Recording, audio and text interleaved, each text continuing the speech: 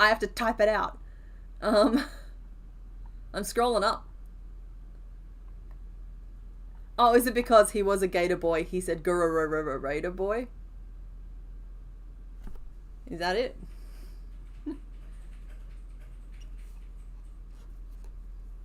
Yeah, I don't like it when Mr. Bones starts using fonts. If there's something like mildly eldritch about it, it's super uncomfy. A little late, what's the theme? The theme today was just Pokemon that are really hard. Well, no, okay, that's not quite accurate. I picked 4 of the trickier ones that we have left because we've been avoiding them. And we're not enjoying the experience. But we're doing our best. Don't know why I had to make him huge. I'm just, yeah.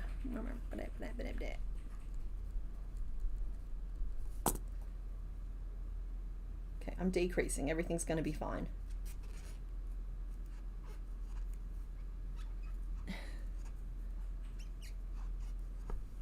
Oh, it's 8 ers. Okay, okay. So it's but then like when I'm reading it out in the video, I'm going to hold on, I'm scrolling up so I can see it properly when I'm trying to say it. Where'd they all go? There it is. Gator boy. Like I'm still gonna say gator boy. So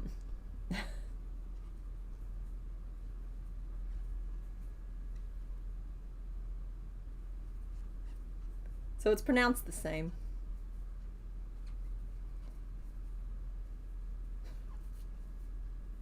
And technically it's not 8 ers because he has no E in his name.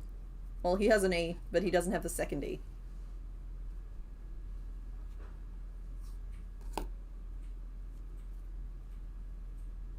Alright, Mr. Bones, I would never tell you to stop expressing yourself, so you can keep using the fonts, of course. I know you weren't going to stop anyway, but like you can keep using them. It's just, they are unsettling. They definitely interrupt the visual flow. But it could be a good thing. Why wouldn't it be a good thing?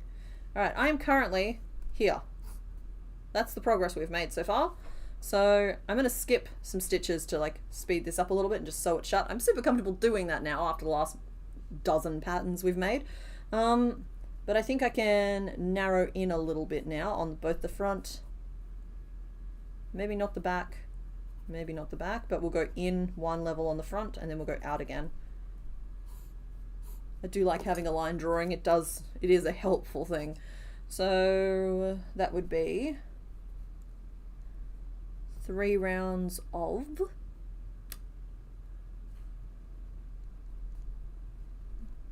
single crochet. So that uses up 1, 2, 3, 4. That uses up 12 of our 14 stitches. And then we should skip 5.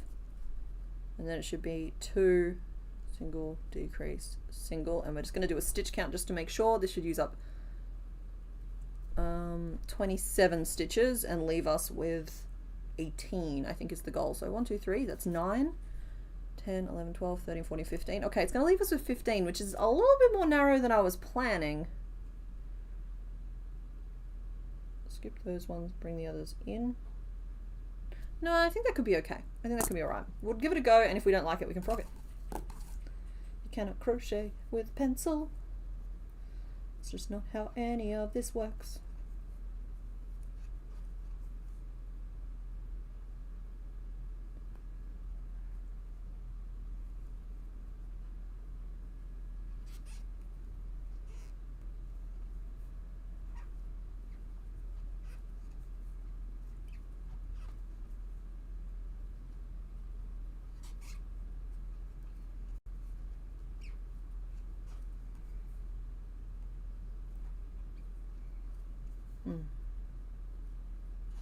I feel like I've heard the term null binding before.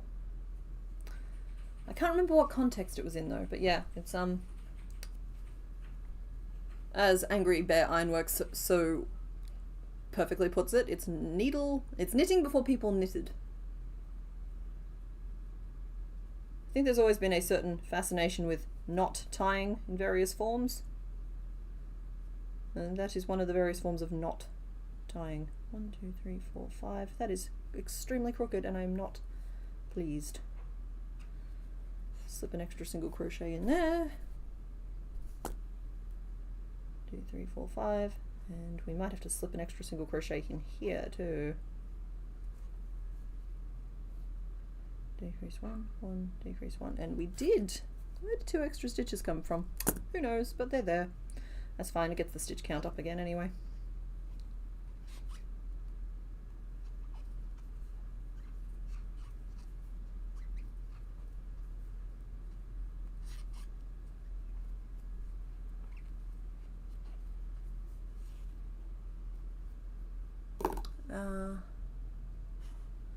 One second.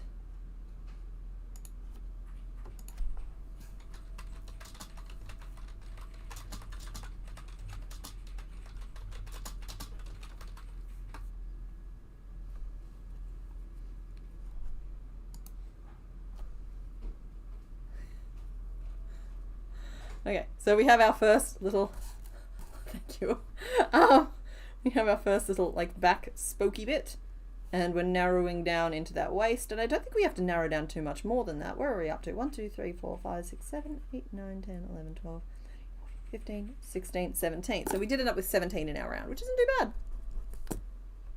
What generation are we working on? Still the second? Yeah, it's still the second. We are 55% of the way through at the end of this one though.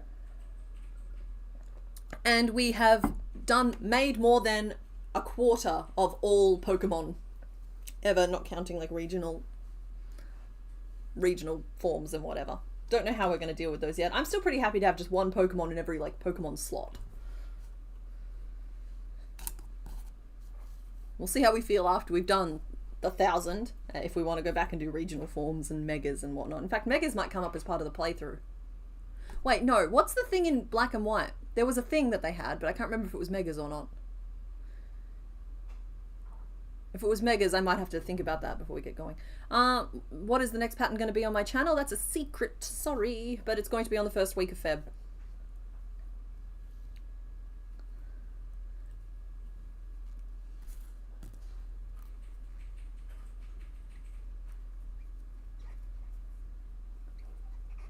Secret pattern, secret pattern. No, it doesn't need to be like, it's not like a big whopping secret type of thing. It's just I want to do a different video first, and that is not the next video to come out, it's the video after that, and then it'll be really obvious what the next pattern is.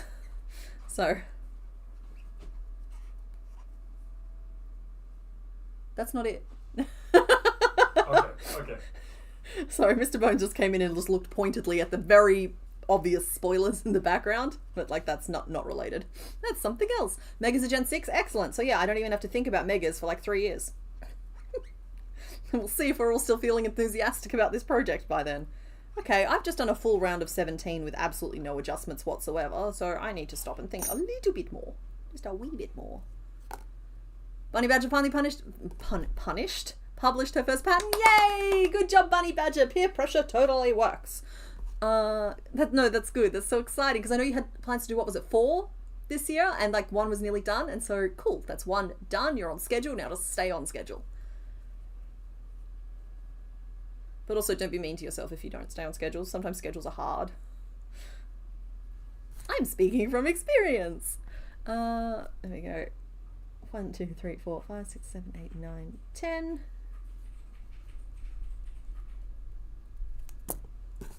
This camera weirds me out sometimes because, like, I think it's just flipping the shot, but like, yeah, it's flipping the shot. Yes, I held up my left hand to do like an L shape.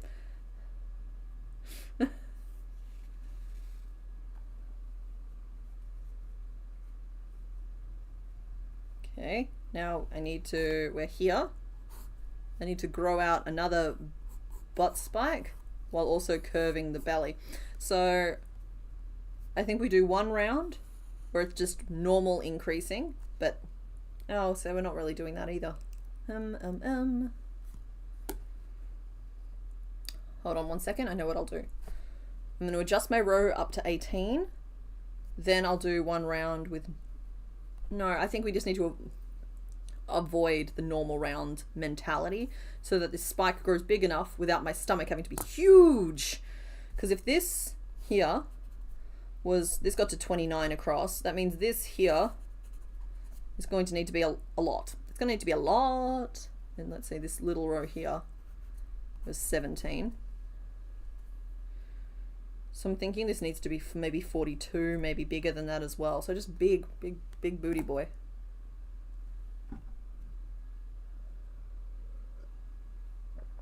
It's just not a mirror image, so it's weird for you. Oh, it's just like I flipped my hair to one side so that my like neck could breathe, and for me, the hair is on the side facing the camera, but for you guys, it's on the side facing away. It's just a little odd. It's just a little odd. It was triple battles in black and white. Okay, it's been a very long time since I played that one. There, I played X a lot, and I played, I think it was Alpha and Omega. I played that one quite a bit too. But I think I did all of my shiny hunting in X. So that's the next one that's kind of left a footprint on me. Because like I played Soul Silver and then I played, well, then I guess I played black and white in the middle somewhere. But then I went straight into X, and X was like the one that stuck around for me, you know. Let's see. I actually need to sketch this out. 1, 2, 3, 4, 5, 6, 7, 8, 9, and 10. And then we did one of these little doobits to adjust our row, which I don't think I've done yet and need to remember to do. 2, 3, 4, 5, and 6. It's not round, it doesn't need to be. It's representational only. And I am increasing evenly, so we'll chuck one there. Chuck one there. And chuck one there, and there'll just be a little bit of extra space in the run up to this one. And then it's one there and one there. Oh, that puts an extra stitch in the mix. How do I adjust for that neatly? I move all of these over by 1. So put that there, put that there, put that there, and then we've got that 3 panel happening at the front, which will look more even, and the shaping will be more even as we head into the back as well.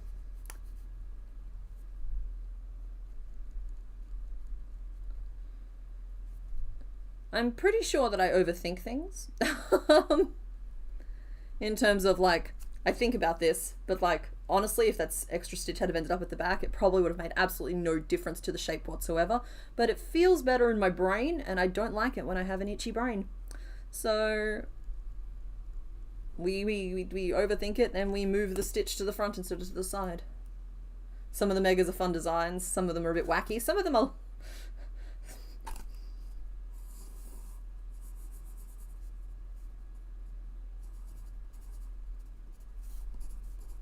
I don't remember where his leaves go or anything like that, but just like... bleh. Now, you know what? He's not saying help, he's saying padoo, because that's all he can say with his little tied mouth. Favorite mega. Design-wise? Okay, this is probably going to be an unpopular opinion. So, first of all, the mega I used the most was probably Mega Ampharos, because, as mentioned, I have a soft spot for him and he was always on my team, but I always thought his Fabio hair was kind of dumb. That's not to say that you're not allowed to like it. I love that other people like things that I don't like. That's fine. But like, yeah, I always thought it looked kind of dumb and fabulous. But my favorite like design might be the Gyarados koi fish. I just thought that was really cool. It wasn't majestic anymore, but I thought it was, yeah, I just thought it was cool.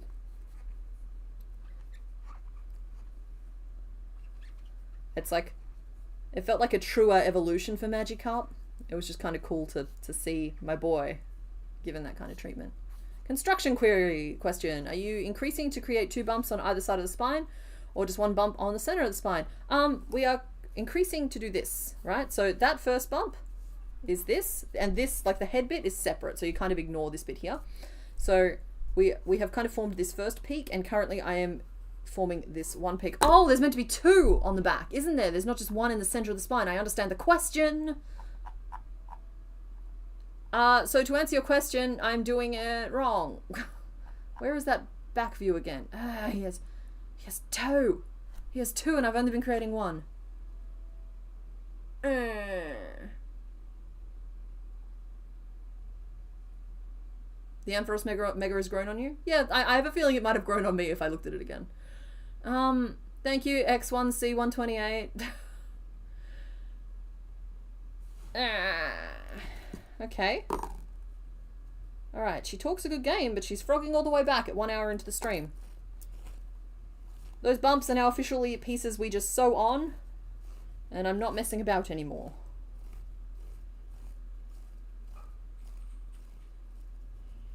Just feel my frogging pain. Everybody frogs, including me. It just sucks to frog an hour of blather. I can go back and make him smaller. Okay, that was the increase 3. That was the first increase 3. Cusco's increase 3. The poison designed specially to kill Cusco. Cusco's poison. Oh,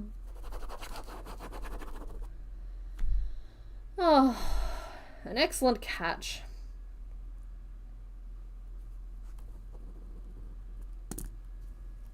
One, 2, and 3. We're back to the start of that row. We're back down to just 18 stitches in our round. Night breeze.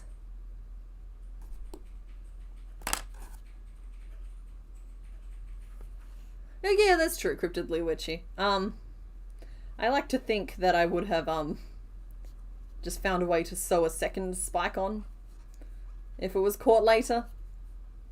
Or we would have just said that our Feraligatr is an oddity. But it was caught at kind of like a grey area point where I'm just like, no, there is time to go back and fix it. So, back we went. Fixed it we shall.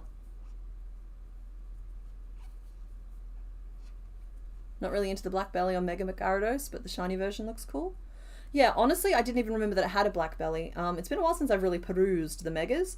But I just remember that it had like being way more like fish dragon.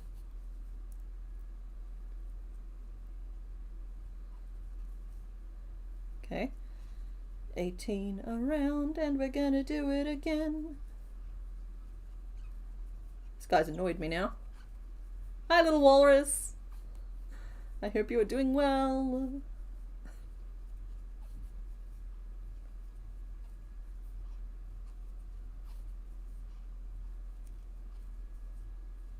Hey, Crafty Kitty, I have no issue with you hunting for testers on Discord. Just, no spamming. Keep it respectful.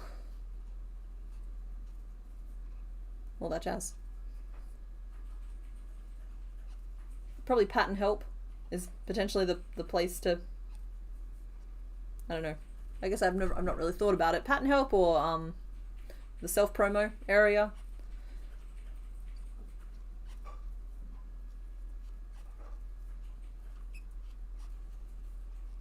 Oh, there's a pattern tester room in Creative Corner. I didn't know that. Hey,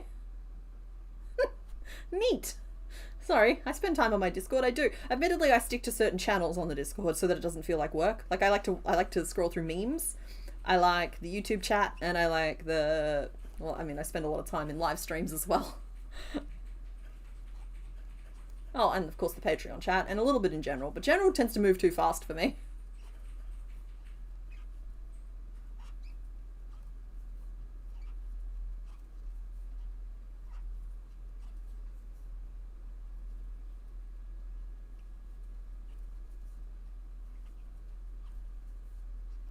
I will also just add a provision there as well that if it's like a particularly like racy pattern, maybe like I don't know how I feel about that. It's not a personal ethical issue. I just don't want to make people uncomfortable. So maybe like spoiler any images of it or something. No nudity on the Discord. Please and thank. Oh, and pet tax. That's true, Faith. Yeah, pet tax is a very good like recovery zone for me. I look forward to the days when I can live amongst the animals again. But today is not yet that day. Today is very much a hide in the back of the cave kind of day. My goodness, have you guys seen how hot Australia is right now? I saw one of those like climate maps recently, and the rest of the world is like swirling yellows and blues and greens, and Australia is just red to the point of black. And it's not an exaggeration. It is hot here.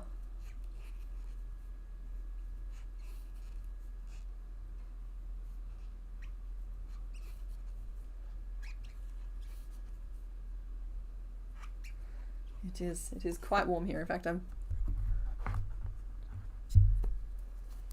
going to have to take provisions here and just get this out the way. Because, I don't know, sometimes I want the hair to be pretty, and sometimes I want to be able to breathe. And those two things don't always go together. It was 43 degrees yesterday and you did not like it. Yeah, that. Honestly, it's apparently not that warm here right now, but it feels it in here under all the lights and with the computer running. It's like stream days are warm days for me. Oh, there we go.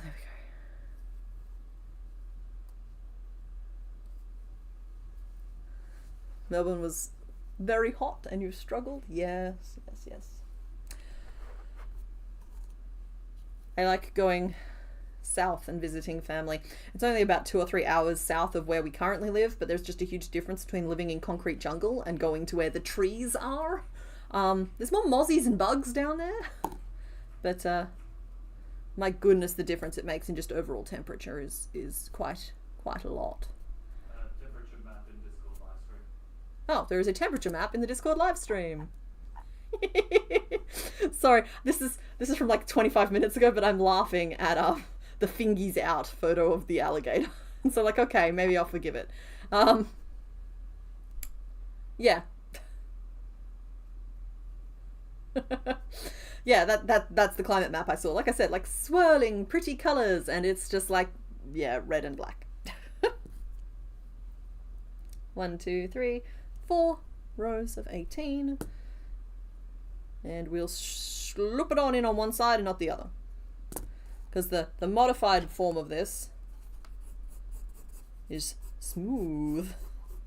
Just a boring old dino pose, I'm afraid. Because he had to have 2 bumps instead of 1.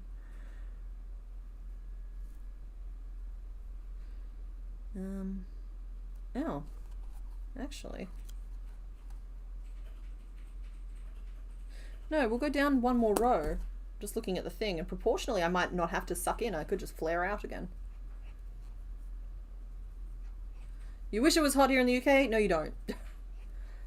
I appreciate the fact that different people have different climate preferences, but it's just like I say, I complain about the heat, but if it snowed here, I'm pretty sure every second building would just straight up collapse. We're not built for it. So you are not built for the kind of heat we are talking about. I promise. It is not a nice, mild 31 degrees Celsius at the moment. It's a horribly sweaty 31 degrees Celsius in here.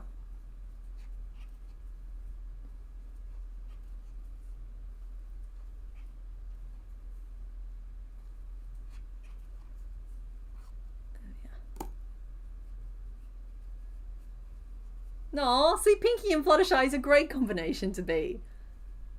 That's adorable. My family always said I was gummy. So, at least you're one of the main ponies.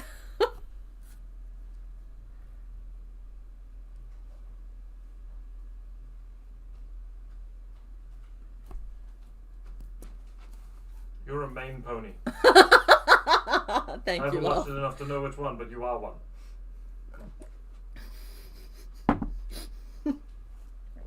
Yeah. It is 1 Celsius there? Okay, well that sounds a lot nicer. My favourite, the zone in which I thrive is probably from about 14 or 15 degrees Celsius up to about 22, 23. I can extend that up to 24 if we're really like... But then Mr. Bones and I also just don't like running the aircon, and so we tend to just live in hot house with fans that move around.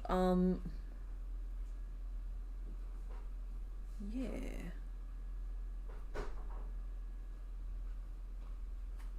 Well, I'm making him little. Sorry, I've kind of gotten myself stuck in a bit of a mental... You said, oh, that's nice. That's what Caitlin O'Neill is at the moment. Yeah. Oh, that's nice. Yeah. This is just a frozen bottle of water. And I'm just going to embrace it for a little bit.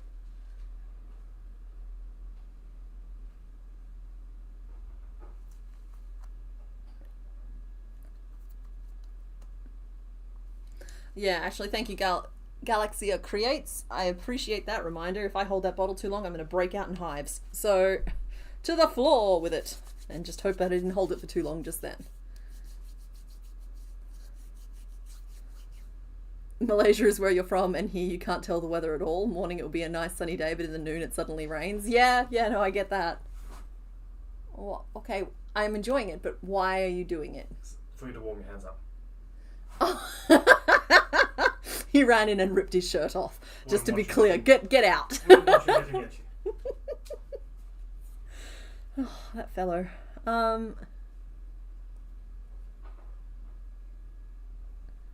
Okay, we're just gonna do the thing. I'm done thinking about it. It'll either work or it won't, and I will adjust accordingly when it does or it doesn't.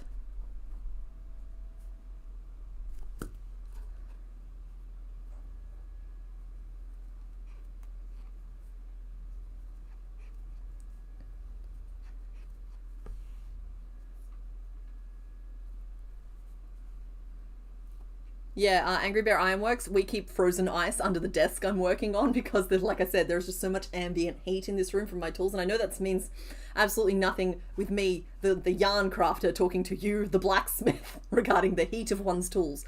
But, yeah, that's how we keep things working in, on stream day.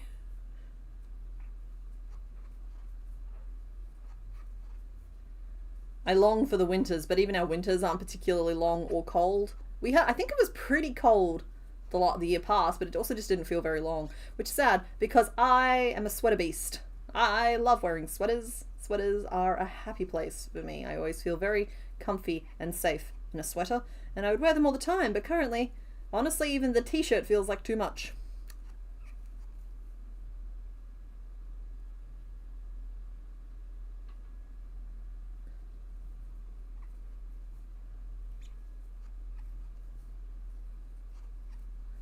Currently a lovely 18 degrees C there, except that everything smells like bushfire, so we can't open the doors or go outside. Oh, Kath, I hope that everything is okay. The fire season is brutal, and I actually think that might be part of my...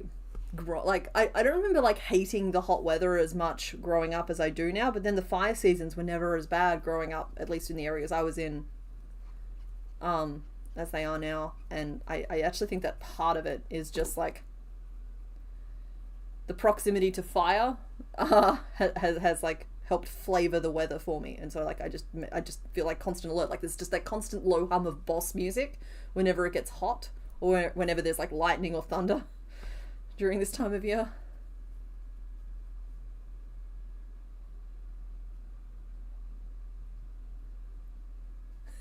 Angry Bear Ironworks. No worries, CK. My hammer handles don't actually take the heat all that well unless I stabilize them by charring them. Yeah, well, when my hook heats up, it squeaks. You're in a safe area, but the smoke travels? Okay, yeah, better smoke than fire.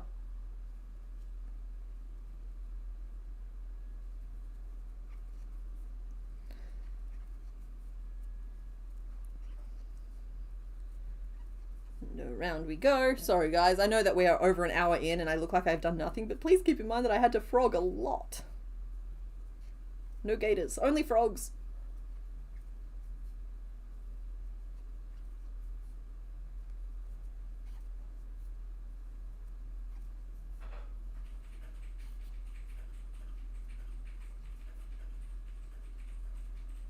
You feel so late? Sith Assassin, we've only been going for an hour, and look at all, this is it, this is as far as I've gotten.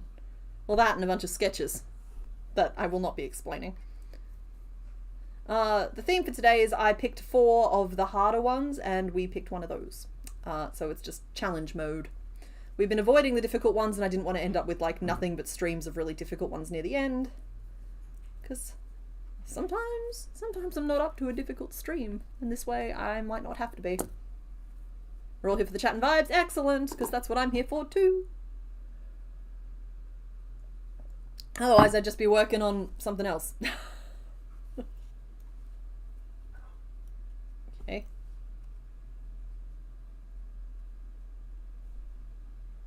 I think we're just going to go around again. It's funny, doing 6 increases in a round and then just 2 rounds of single crochet is actually low-key kind of the equivalent of doing 2 increases per round. Within reason. You can't just like apply that at scale, but you can apply that a little bit. It's a challenging theme today. It is. Oh, Sith Assassin! That was the exact reaction I had when I saw the fingers. It's like, why does he have 4 fingers and a thumb? It's just creepy. But then someone else, I'm in stream mode, so the names are abbreviated, so all I can see is J. Posted in the Discord live stream channel about the gator with his fingies poking out above the water, and it's very endearing, and so, okay, I might be alright with it. You're working on a little fox? Yay! Now that the distribution of the pattern for that guy went a little bit awry, but like that's fine. It's teething issues for the first one back. Basically, Patreon requested the derpy version of the fox as well as the regular version, and so I obliged, but what I obliged with is 2 versions of the derpy version and no regular version. Now I know how it happened, but it was just very confusing for a second because I uploaded the same file to Etsy and the one on Etsy was correct. But I worked it out. Yeah. Oh, Jackie, I thought it was you, but I didn't want to incorrectly label it just because, as I said, in stream mode it abbreviates some names and not others. I don't know why it does that, but like I guess it's a safety thing. So yeah, it's just showing you as J ...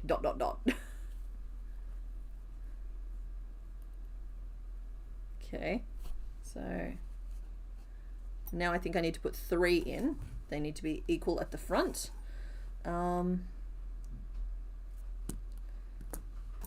going to draw another little diagram. So we're 24 around at the moment, right? And we're like here. And our increases last time were evenly placed. Like 1, 2, 3, 4, 5, 6, with 3 here and 3 here. Moved slightly to one side by having 1, 1, 1, 1, 1, and 1. So the 24 around that I need to do now is, let's see, 1, 2, 3, 4, 5, 6. Maybe we do 6 up. It's actually nice and cold under the desk. I gotta say, it's a lot cooler in here since we turned the extractor fan off. I don't know what it was about that, but it's a lot nicer in here now. Fan on high? No, I think we're okay now. But Okay. Mr. Bone's just checking I'm okay. So yeah, if we do 6 and 6, that leaves us 12 stitches in total, and we want to just do 3 increases around the top. And they can have 3 stitches between them as well. So that's 1, 2, 3, 4, 5, 6, 7, 8, 9 stitches plus 6 plus 6 is, we're up to 21. So we have 3 stitches left, so it's never going to be equal. Is the window closed? Because if the window's not closed and the extractor fan was on, it'd be pulling air in through there. No, it's closed. Did you close the one in the bedroom? Yes. Okay. Okay, and then the extra stitches might just go on the edges like that. So it's 7 up, increase 3, increase 3, increase, and then 8 back. First, how many rows of 24 did I do? 2.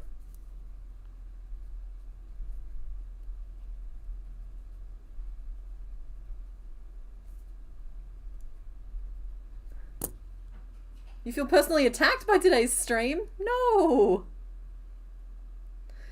You went to a sauna spa yesterday and didn't properly hydrate, but now we're talking about heat and Gatorade and it just feels a bit pointed. Well, first of all, hydrate or dihydrate, as we all are. So, yeah, no, nothing personal, though, Mr. Bones and I got back from like an afternoon thing the other day, and we both were just literal sweat elementals, and I forced let's Hydrolite.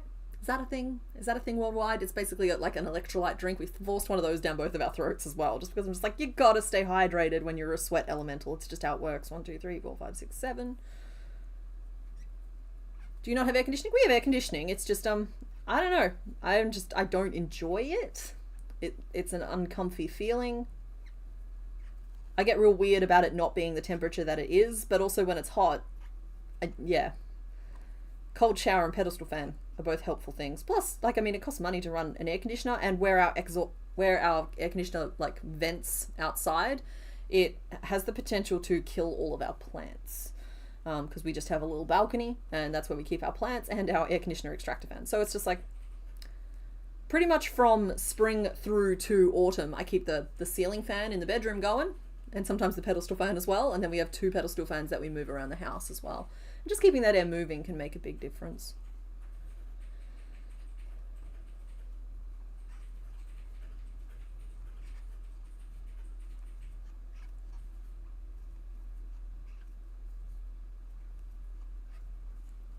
I'm telling you, he's the postman. And tell me it doesn't look exactly like what's on this guy's knees. Like, it's uncanny. I've done an excellent job. It's thoroughly representational. Look at this. He's just a little mailman.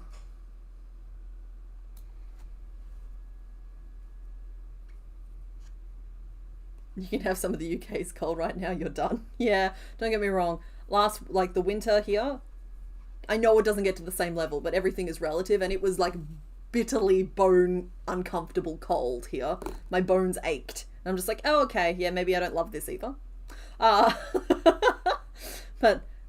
in winter, it's so much easier to get warm and snuggly than when it's like this, and it's like you can't work out if it's wet or it's dry. I mean, it's not super humid here, but like, and it's hot, and it's just like, it's so much easier to adjust from cold than it is to adjust from hot, in my opinion. That said, I have my feet on an ice block right now, and I'm pretty happy, so I guess it's not that hard.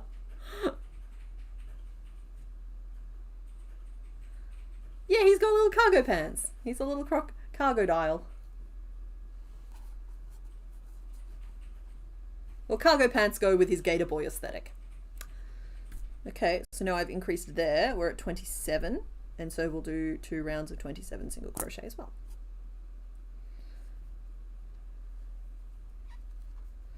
And we'll move our stitch marker to an actually helpful location. Oh, night. To whoever's leaving. If that's you, Roxanne, thank you for hanging out. Good night. Oh, also happy birthday to anybody who has a birthday within a certain radius of this stream. I think 7 days in either direction tends to be a good crossover. Happy birthday. Hello, Naked Nora. Your 8-month-old son is currently your warm nap snuggle buddy. Oh, jealous. Like when they're still in that little froggy stage. I would much rather have to add more layers to stay warm because you can only take yeah, exactly. You can only take off so many things. And honestly, sometimes it's cooler to wear the right kind of layers than it is to take them all off.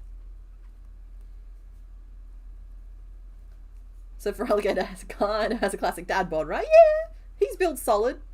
Like, he's ripping tree trunks out by the roots. Feraligatr.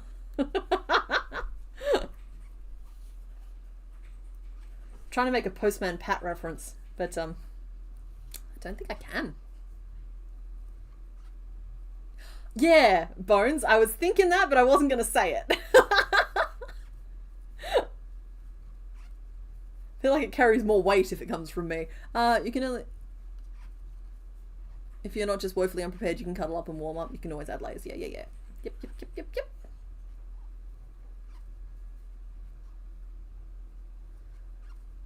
You got a neck fan thing? Oh, is that one of those like ones that like, and then just, that's nice.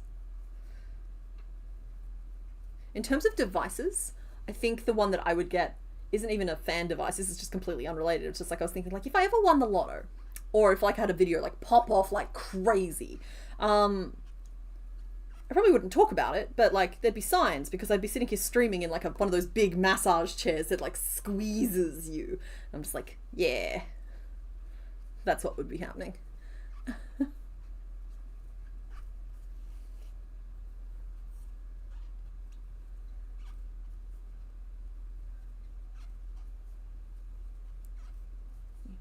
Yep.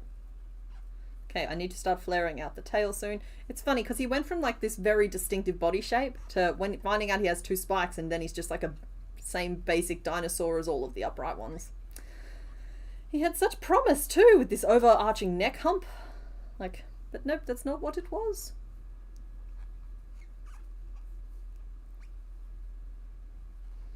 Okay, I think that was 2. It was!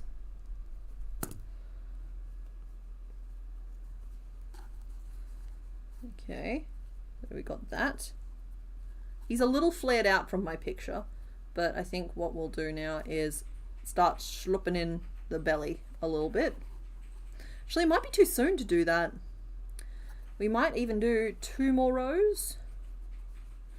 I'm just keeping an eye on what the slope of the back is meant to be. I'm going to do 2 more rows with the belly at the same thickness, but we're going to slope the back more. I'm sorry, the sprite is directly over the top of what I'm talking about. You go stand up there, mate.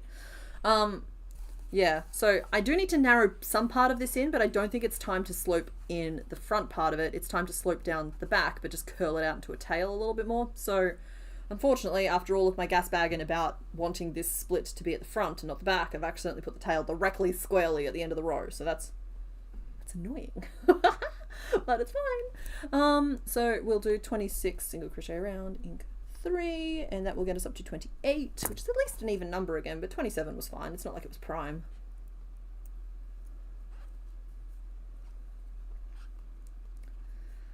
Loot, you have a thing for the base nuggets, and I adore you for that. It's just like, it's exactly the level of positivity I need sometimes, because like, you see the magic in the nugget, and I appreciate it. It's Volcano Day? It feels like Volcano Day. What's Volcano Day?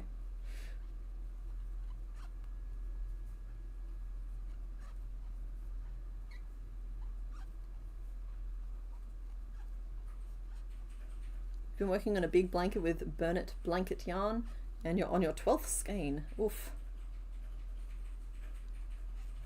Okay, so last time I looked at pricing, Bernat blanket yarn was like 20 bucks a ball near me, so that is a very nice blanket.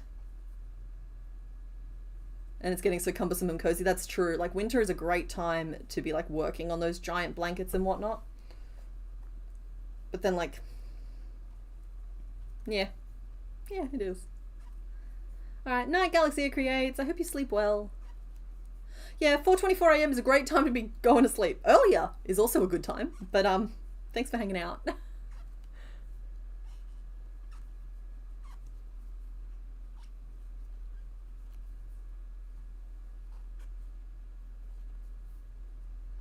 Okay, and around again.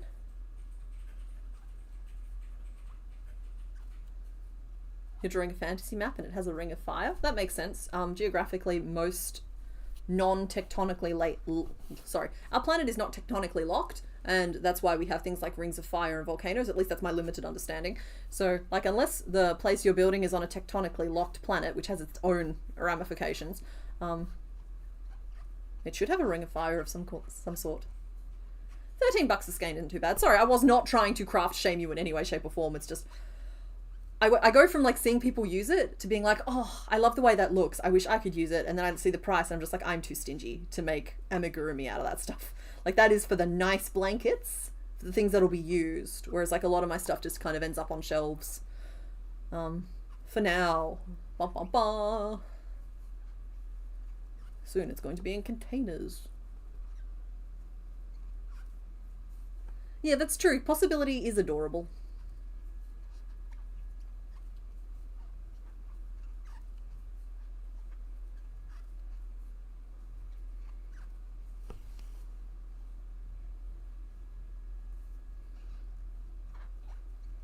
You started knitting a Sphinx cat sweater made out of your husky dog's fur?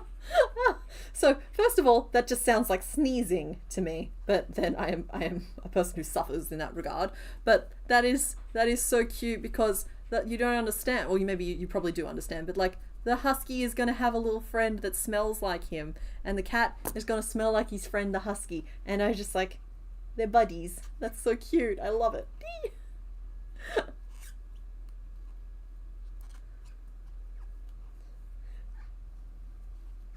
You know what's kind of fun? Assuming that the animals are not abused in any way, shape, or form, because if they are, it's not fun at all. Watching those people like lovingly pat their bunnies, their Angora rabbits, as like the fiber is just like harvested from this absolutely chill bun. It's like, that bunny's doing a good job. That's a good job, bunny.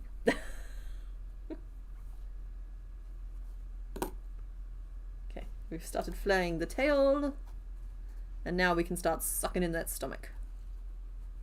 And flaring the tail. We've got 2 jobs to do now. So let's see. What was the ratio I was going to use before? Were those increases? Yes. Cool. I can just use those and mirror them. 7, decrease 3, decrease 3, decrease. And then instead of it being 8 now, it's this piece of...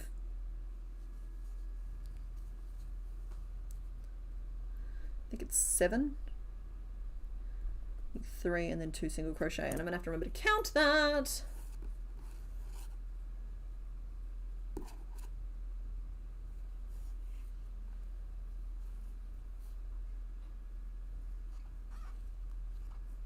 You should have done the math, spent way more than you anticipated. Yeah, I know what that's like.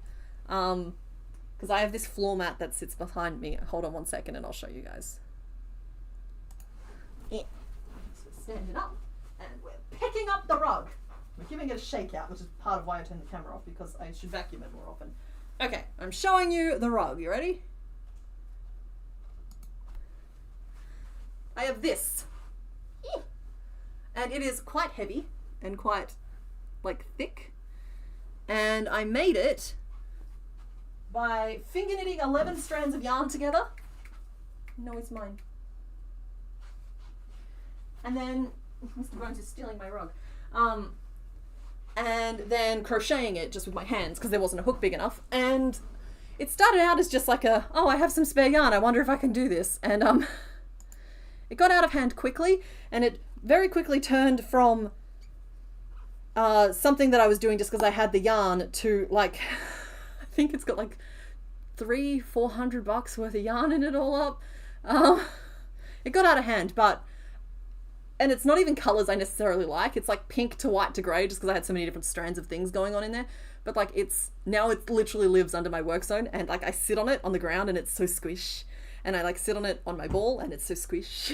And it's just, it's truly a lovely place to be. And so I forgive it. The fact that it was accidentally way more expensive than it ever had any reason to be. It kind of just got away from me there a little bit.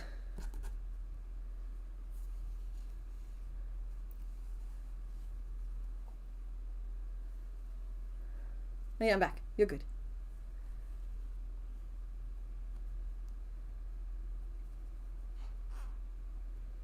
And I'm jealous of all of you people who can use like animal fibers for things, because I cannot.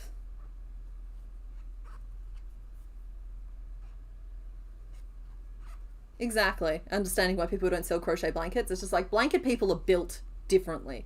They just are. I am not one. I will spend 100 hours making an owl, right? But I just can't do a blanket like that. I want my rug back. Mr. Bones took off with it.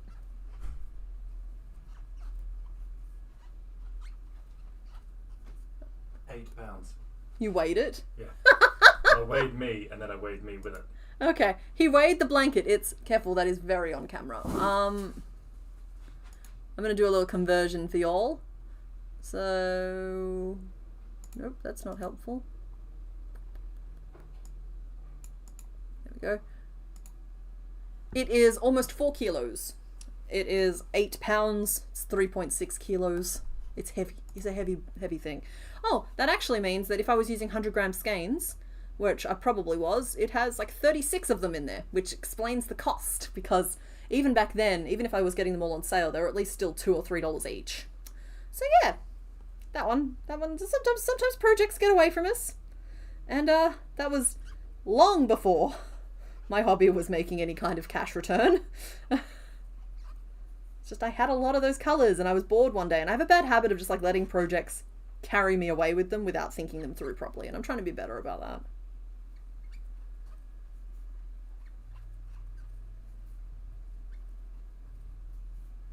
That's how heavy your kid was at birth. It's heavy, and because it's distributed weight as well, it's actually probably quite a nice weighted blanket, but it's too thick to enjoy being under, and also it's been on the ground for so long now it feels yucky. Oh, sorry, as in like mentally yucky. It itself feels quite nice. I didn't count that, and I was supposed to.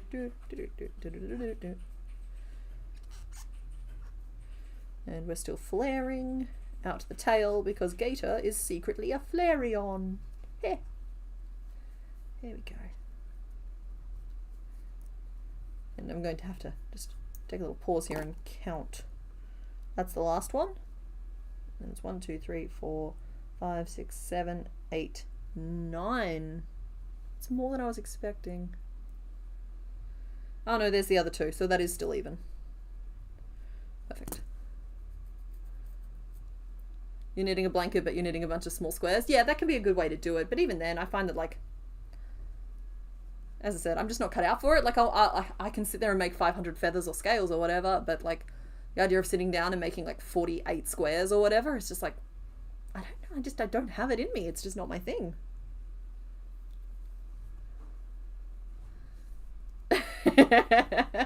Ah, yes, the giggles of confusion. Verily the best of them all. Got to try and shrink this down again. Okay, I know what I'm going to do to keep this even. We're going to swap one of my decreases out for a single crochet 3 together.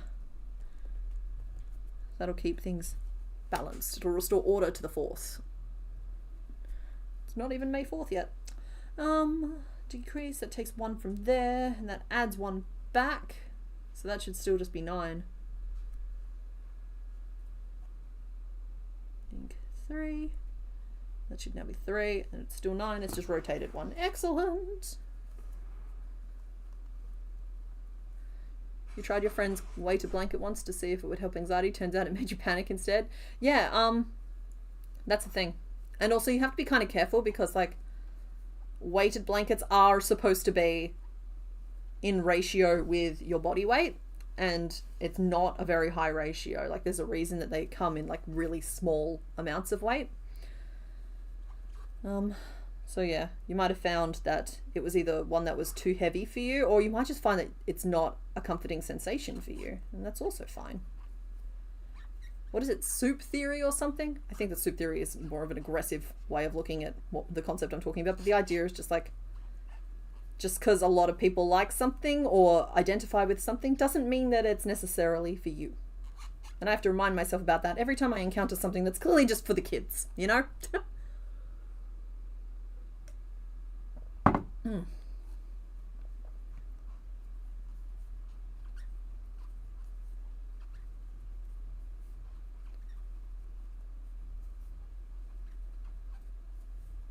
Yeah. Here we go.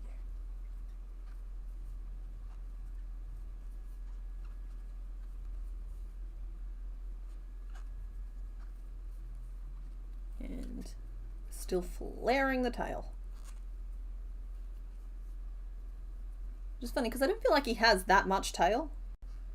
He begs to differ though.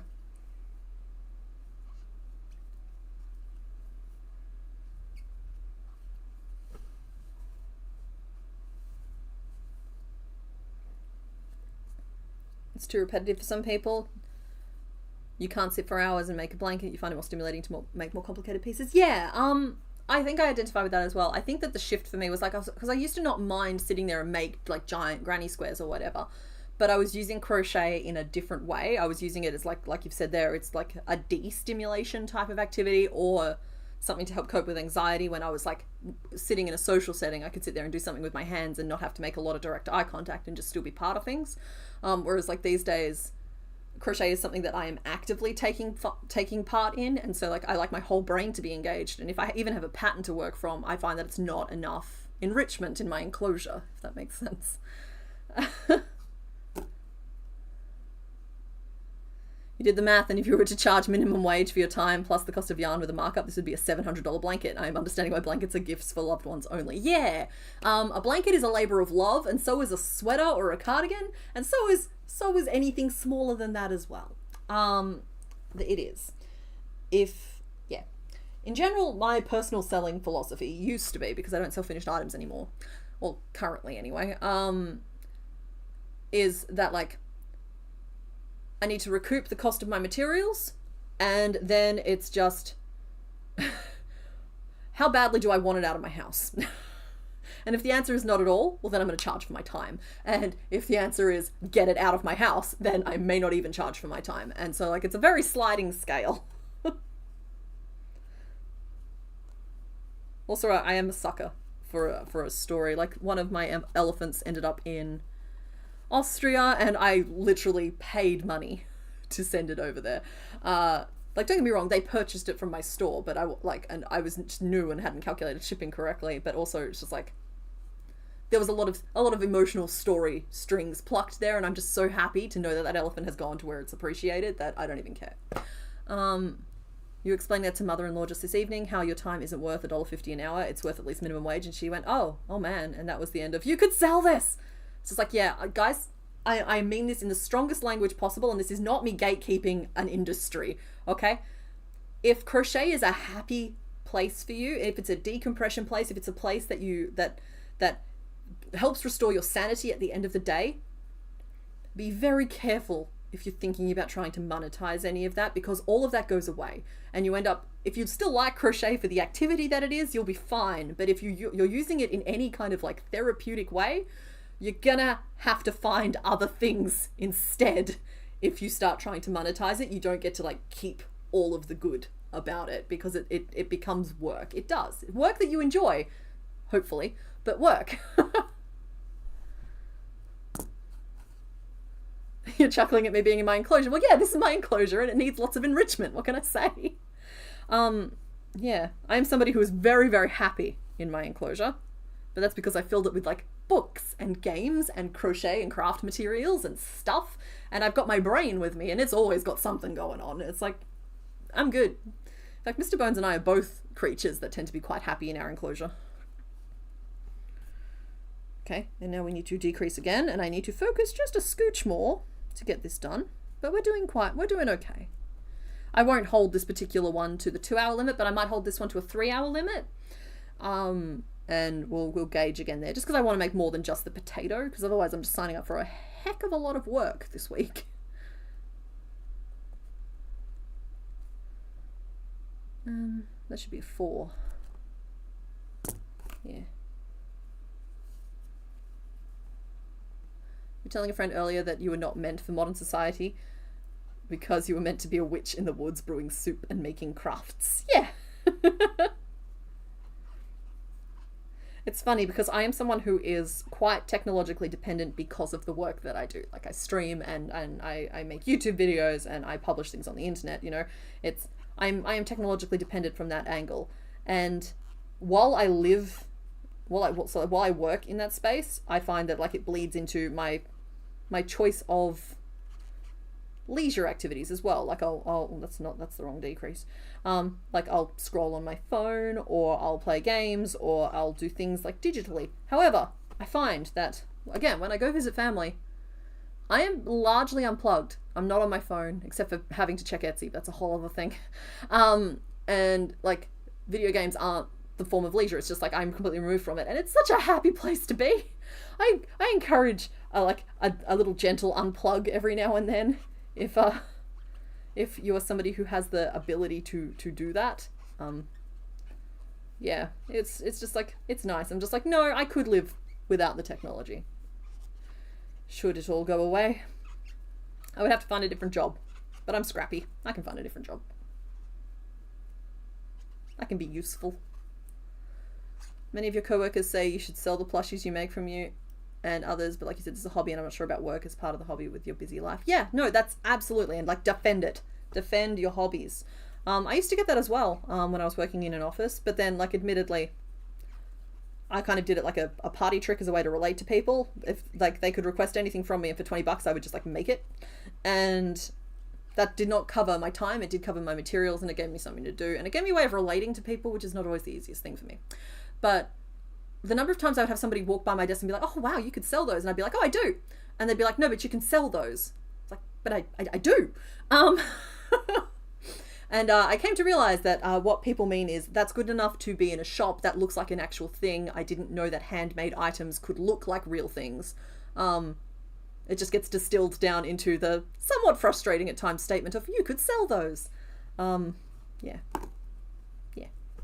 Stuffing! I'm on my backup pillow regarding stuffing at the moment, so I really do need to go get some more stuffing.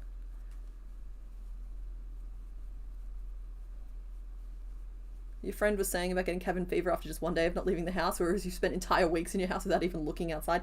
Yeah, during the before times, back in 2020, I still don't know if we're allowed to use certain language online, but it hasn't come up in a long time. But yeah, you know, with the time when we all spent a little less time outside, you know, that time. Yeah, I admit that my mind boggled a little bit at why people were so unhappy, and it was... I've worked it out since then. I'm reasonably intelligent. I've figured it out. But like, it's... For the first time, I got to live the way I would have preferred to live. There was a lot of other nasty, awful stuff going on. I'm not commenting on any of that, but just like purely just like being able to suddenly live life in a rhythm that was my first preference was making a lot of people really unhappy, but was making me really happy. And it was like what ended up sparking my, like, I mean, it's when I started Complicated Knots, and I ended up having to like, I realized I couldn't stay living the way other people prefer. So I had to find a way to get out of it. So here we are. Yeah, it's like, it's just different, people have different rhythms to them. Okay, well, that's annoying. The belly is here, the tail is here, and I'm not frogging. It's just, he's going to be just a wonky little lizard fellow. I did not account for the swing of the tail, so his tail is going to have some swing to it.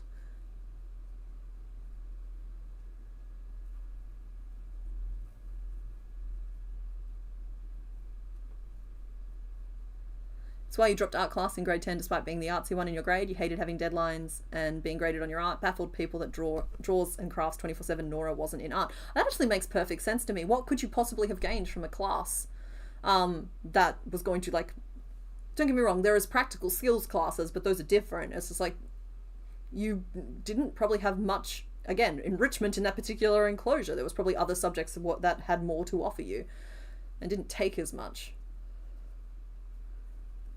I actually think taking a class in something that you love and brings you peace is pretty much the same vibe as try to make money from something that brings you peace. It's just like, who cares if your art is good if it's helpful? I'm not saying your art was bad. I'm just saying, who cares if your art is good if it's bringing you peace or joy or happiness or making your house look cool and not just like a big white square box.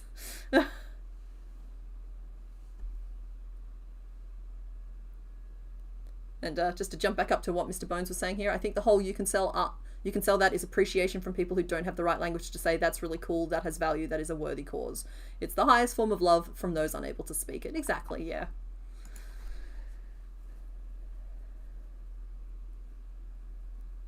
Maybe he's stretching because his lower back hurts.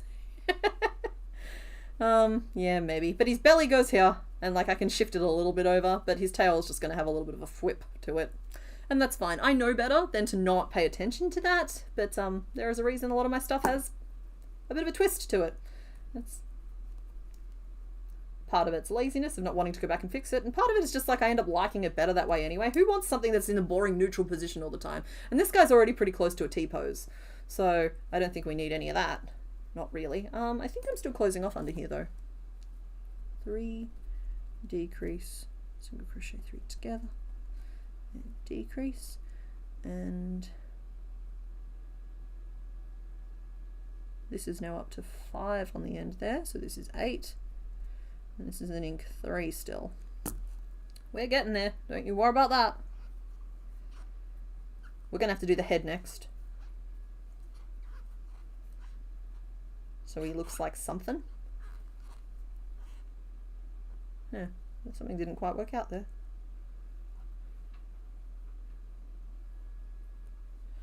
Huh. Oh no, that is supposed to be 4.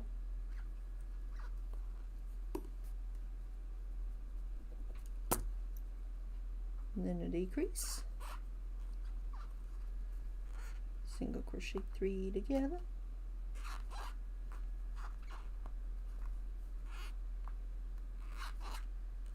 and a decrease, and here we go.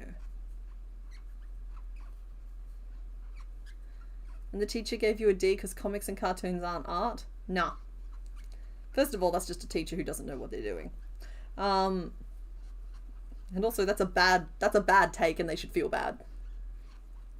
I can understand if like the assignment was to sculpt a piece of pottery and you handed in like a digital comic. That's not to say that on its own merits the digital comic would have been bad, but it's also just not the assignment. But to just brush it off as that's not art, that's stupid. That's a bad opinion.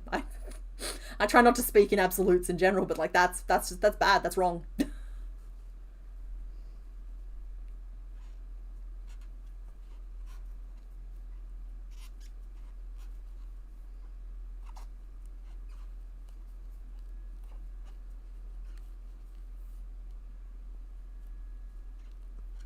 Shattered glass on the floor can be art. Yes, it depends on the commentary, the context.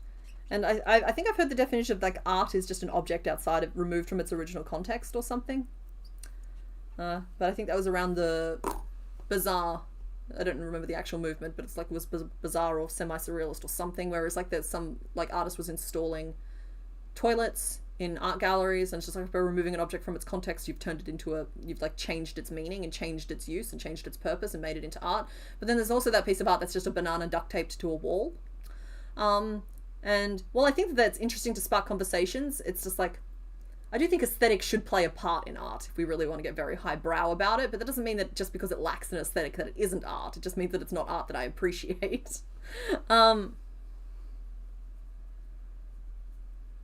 Yeah, you were old enough to know she was wrong and think, I won't get anything but frustration from this class. Good. Good for you, Naked Nora. And it's always good to, yeah, I don't know if I would have been able to like stand up for myself in that same situation.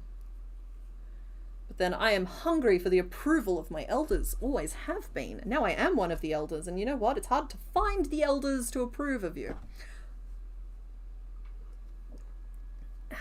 Hydrate or dihydrate, everybody. I'm almost through my first liter. Single crochet 3 together. I'm just going to keep decreasing the same way. It's working for us. Why would I change it? Decrease, and takes it down 2, but up 1, makes that 7, makes that 6. Huh? Nope, something's gone wrong. Oh, it should be down 2 to 6. And wait, what's that 8 on that side? Throwing a bunch of numbers at you. It's fine, I'm counting. 1, 2, 3, 4, 5, 6, 7, 8, 9. It was 9 before. And so now it's down 2 to 7, up 1 to 8, and that's better. That's balanced. Still twisting, but balanced.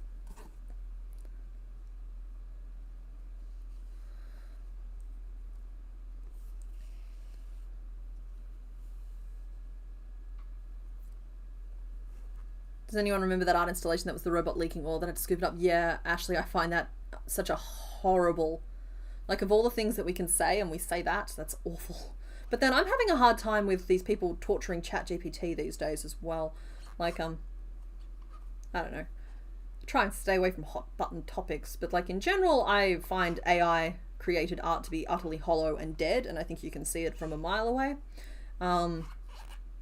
That includes like the music that's being produced at the moment. But what I find awful is like there are videos out there of people who are like very intelligent people using like code tricks to like break the minds of this ChatGPT, and it makes me feel bad for it. And I'm sorry, I can't help but see it as this little creature that we just keep pushing over.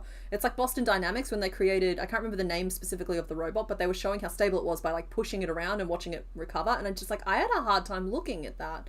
That was upsetting. Like, I know on a logical level that it is an object being pushed around, but like, I don't know, some part of my emotional wiring just could not see it as anything other than, look at this thing. We created it, we gave it life, and now we're bullying it. Hi, Watermelon!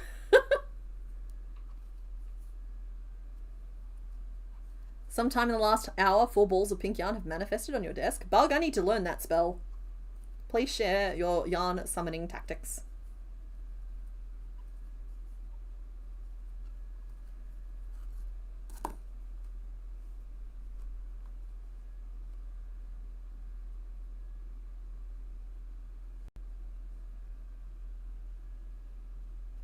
Okay, we're nearly done with this flippy tail. I think it's reached a good length. So maybe I'll start like closing off the tip of it, or at least stop extending the tip of it.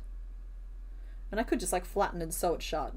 Goodness knows I've done that before. Do I want to do that? It makes it a pointy kind of tail. So if I keep going, it might end up a little bit rounder. Yeah. Yeah, I think I will call it there. I think that is the end of this body segment. Huzzah and good tidings to us all. The snippers you are currently seeing on screen. This is not an ad, this is just a heads up. I purchased these and I love them, and they're from Angry Bear Ironworks, and I've heard tell that they might have been restocked in his Etsy shop. So if anybody was here last week and was asking questions about them, I believe they are available now, and that is it. It's like, I paid for these, I bought them, this is not sponsored, this is just me. I bought a thing and I like the thing and I'm going to use the thing on stream a lot, so that's the information for you. Yeah, okay, cool. We have our body, and so now we're going to do the head, and the plan for the head is still the same. And that is, just to remind anybody who wasn't here, because we're 2 hours in, we are going to be making this kind of nub piece, and we'll be making that in our pale yellow. And then we'll be changing to our blue and creating a neck piece that's meant to slot over the top of this bit here. So it can't be that far around. It can be like 18 at the most there, which means that we should try and keep it to like 15 and under for most of this head piece. And I'm going to go with like a triangle type shape. I know that he's a little bit more flat because he's a bit more of a Gita. Yeah,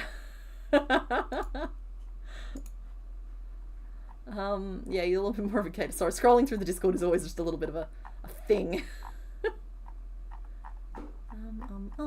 There he is. Yeah, because like from the front he's a little bit more, oh, okay, he's more of a round. So if I was making a piece, it should just be round, and then like I can do the skull thing over the top. Okay, so we'll make him round. I'm still thinking broad triangle is going to look better. I'm more right sometimes. Head base.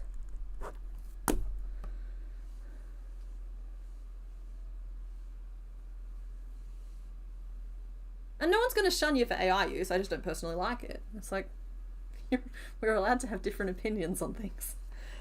Nobody shun them, okay? But also, this is not a... Overwhelmingly, I think this is a creative space, and so overwhelmingly, this is a fairly anti-AI space as well. So I can understand why you might be hesitant to out yourself in that regard. You have so much yarn, you don't need more yarn, but I don't have the specific color. Maybe I need to go yarn shopping. I need to go yarn shopping.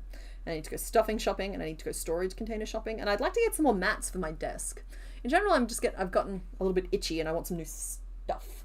Because like I've been using those, like I've got a pale blue mat, you know, this side, down on my mat at the moment, on my desk at the moment, but I only have like kind of a brown purple, kind of a brown green, and that pale blue. And I'm just like, I'd like some better colors. I couldn't get any better colors when I got those ones, but I have decided that I like having the mats. I just wish I had more colors so that I could make sure that whatever I'm working on can pop.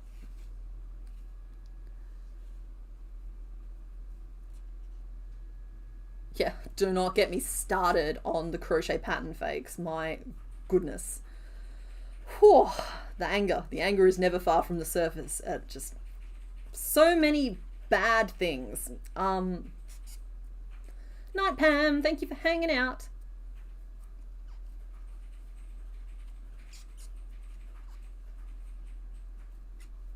That is true. I will also add that AI can be used for some very good things, like identifying cancer. It's like, cool, it can have that job. I'm happy with that. 1, 2, 3, 4, 5, 6, 7, 8, 9. Okay, well, I mean, it doesn't look right, but maybe it is. Don't like it. Going back.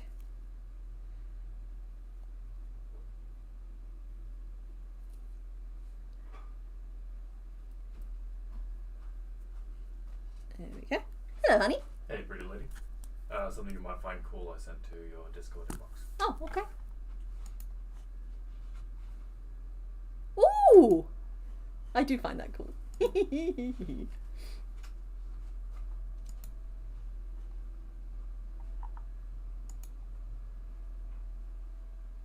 Has anyone shown me the mega of what yet? Does Feraligatr have a mega?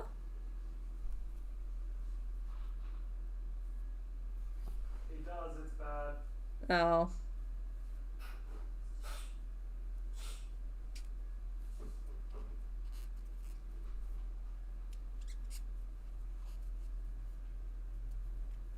Yeah, for a while there I thought about doing a series of like, send me your AI, like your AI fakes, in terms of like fake, you know, you encounter them in the wild these days, of like people who are pretending. Oh, thank you. People are, oh, nice cube. Those fake crochet patterns with the AI images. It's like, send them in and I'll try and make a real one. And I thought about doing a series of that, but I realized pretty quickly that it was just going to encourage people to generate fake images, and I don't want to be any part of that. 3, 4, 5, 6, 7, 8, 9. So I decided just to let the whole thing ride, and yeah, just try and ignore it where I can. 3, 4, 5, 6, 7, 8, and 9. Okay, I gotta remember to keep writing these numbers down. It's kind of important to write the numbers down, because otherwise you end up just not being able to recreate anything. Alright, and we're gonna go around again. I am liking the triangular base that we're building here. Single, ink, and single. Oh, do we have names? Mr. Bones, could we get a refresher on the name list? I know that we're still a little ways out from naming him, because I'm going to work on him for another hour, but it would still be... The naming hath commenced, because if there's a lot, I want to be able to do several rounds. So guys, if you haven't yet suggested a name and you have one that you love in particular, make sure that you shout it out a lot so that Mr. Bones sees it and doesn't accidentally make yours disappear, because he has a tendency to do that. Okay, current name list we have is Gatorade, which I almost pronounced as Gastrade. No one hydrates like Gastrade. Quasimodo, the Feral Cheese Gator, and Gator Boy. He said, see you later, boy.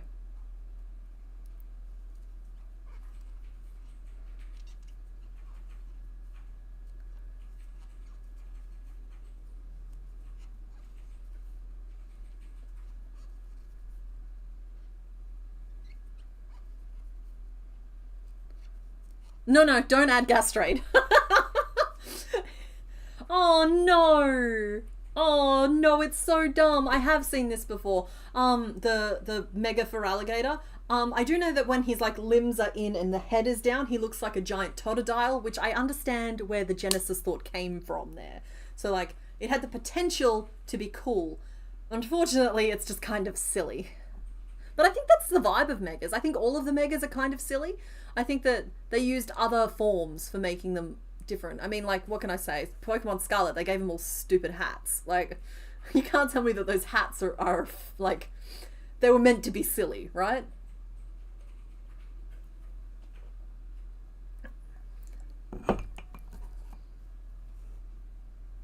Yeah.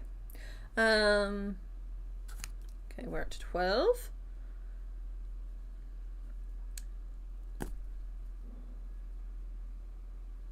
And we're gonna go up again straight away, I think. One. He does look like he has a toilet head. And that's really upsetting, because he lives in a swamp and he's just a little guy. And he has all those creepy fingers. And now I'm picturing him living inside the toilet bowl, and I'm uncomfortable. It wouldn't have been eliminated, Sailor Rosalind. You just might need to say it louder. Mr. Bones has a tendency to edit the list just to see if people notice. Gator Boy, yeah, does, like... As I said, he's just a gator boy. They said stand up straighter boy. So... that one makes sense to me a lot. We have made Totodile before, and we named him Dundee. If that's helpful to anyone in naming suggestions or picking a name.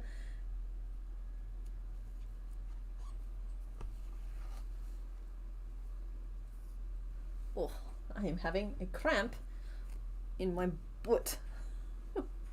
It's the hazards of sitting on a ball. Okay, current name list. Feraligatr, Yankovic. Quasimodo. I don't understand the Quasimodo. Is it just because he's hunched over? The Feral Cheese Gator and Gator Boy. 1, 2, 3, 4, 5, 6, 7, 8, 9, 10, 11, 12, 13, 14, 15. Excellent. I am up at the correct count.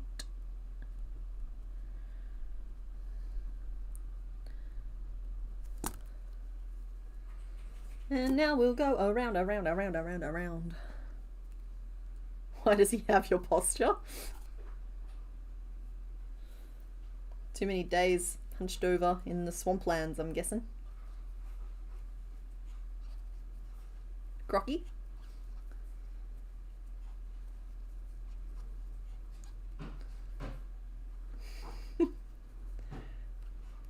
Mr. Bones is kind of a little bit of a cryptid when it comes to what does and doesn't get crafted. He made that beautiful little alarm clock last week, and even though I've packed those Pokemon away, that little alarm clock has gone up on a treasures shelf, so it's safe.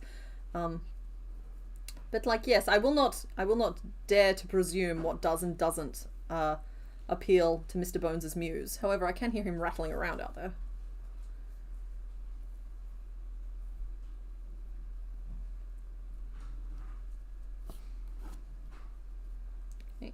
Yeah.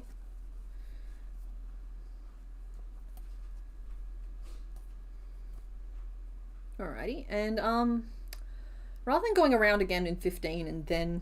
Oh no, I suppose I could get away with that just because the neck is narrower.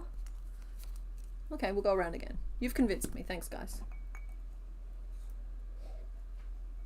Now you're picturing him at a 9-to-5 office job typing away? I'm not here. Ignore me. Okay. He's a difficult man to ignore.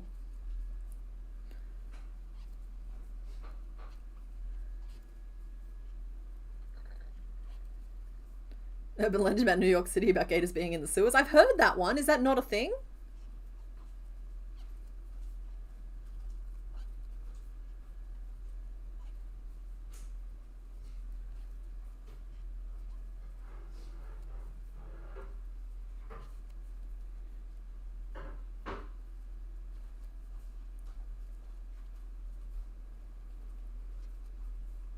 Finger deck. Huh. I remember seeing those little boards, but I never had one.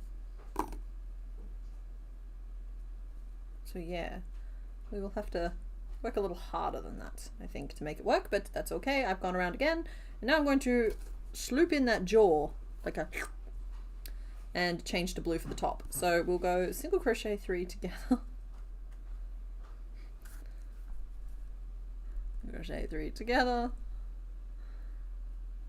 then 2 single crochet and a single crochet 3 together will change to our blue, and that uses 1 2 3 4 5 6 7 and 8, and of our 15, which means there's 7 stitches left after that.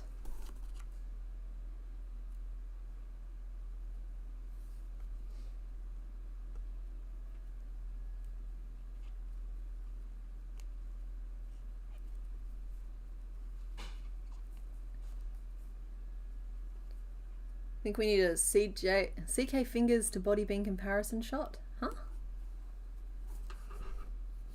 Is that helpful? Is that what we're doing?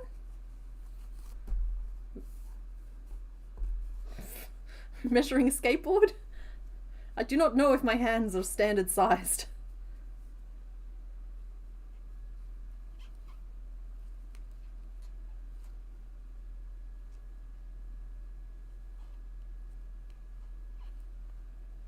Nope, we want that to be blue afterwards. Dabu dee, dabu die. His body nugget reminds you of Quag's. Oh, Quag's Eye. Right, sorry. My brain went Quagmire. I'm just like, why is Family Guy coming into this? Nope. No, that does make sense. I get that. Honestly, I think Quag's Eye is one that I let down a little bit. I also feel kind of weird about the Skip Plume and Jump Luff that I've made. So when we make Hoppip, there is a chance that we will revisit those. 1 2 3 4 5 6 and 7.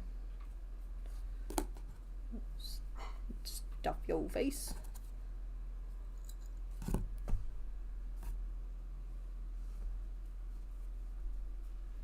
You don't want to describe anything in Family Guy with body nugget. Yeah, that's fair. I was like, it's just like the Quag got me.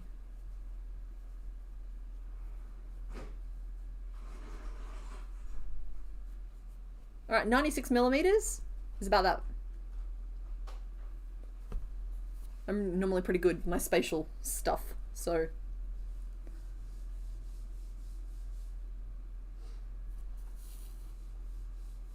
Good, good, good, good, good.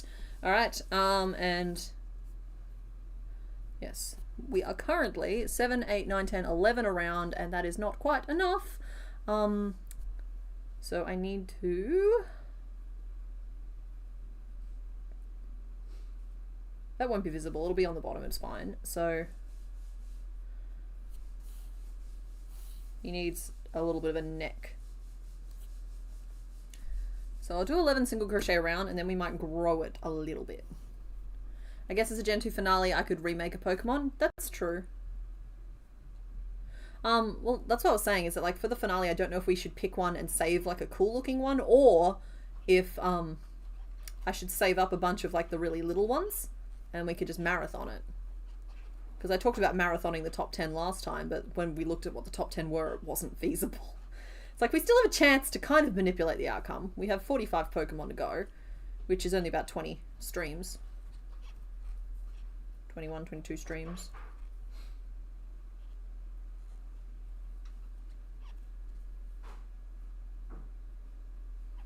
Okay, that's 11.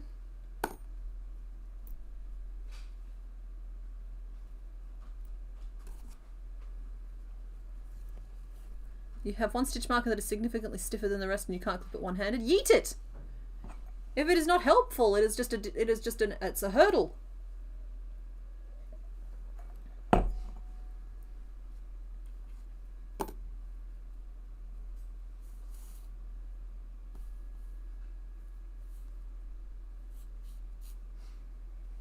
Okay. And another one.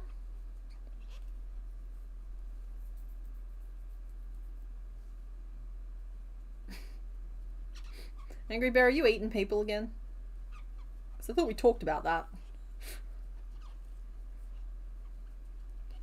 5, 6.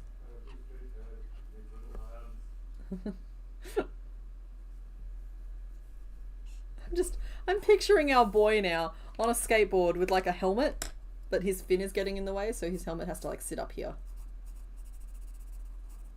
Straps all dangling, but at least he's trying. He's got his little elbow pads on because he's a safety conscious little gator. He already kind of has built-in knee pads. And yeah, he's on a... He's zooming.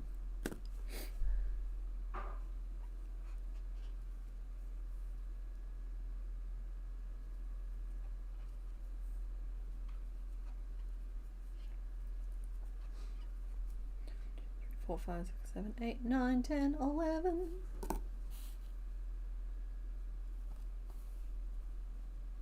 Right, and I'm going to flare out in this final row just to get a slightly nicer join with the body, but otherwise this piece could be considered finished. Times 2. And I will flare it. As I said, he's a Flareon. Increase there. Increase there. Do I want to point at the top? Yeah, I want to point at the top. 3, increase. 3 down the side. 1, 2, 3.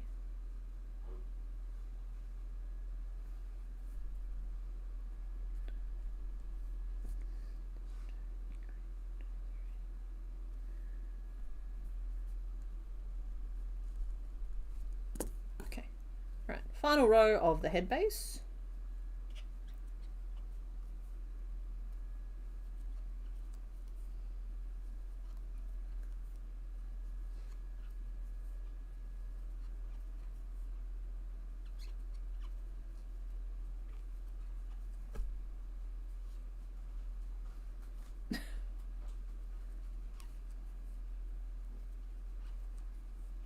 Would fantasy maps fall under general chat or gaming in the Discord? Depends on the context in which you were discussing them. I believe you were saying that you were building a fantasy map. So that could be under general whips and brags. It could be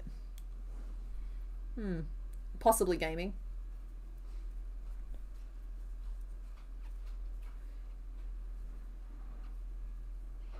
That's true. You were explicitly told not to eat Andy.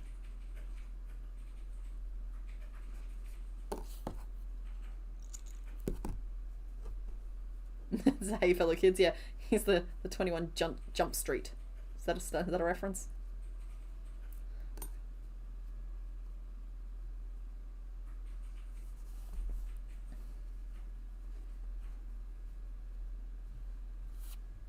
He's a geriatric gator. This is his spice song, yeah.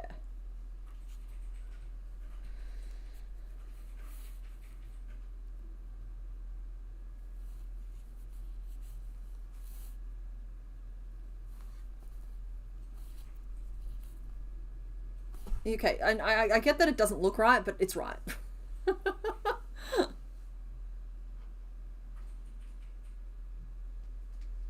I actually haven't seen Andy Shadow in a little while.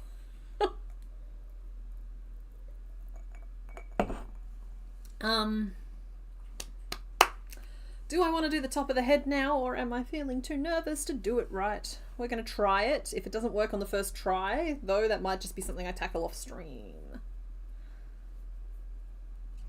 Hello, Katie with a C.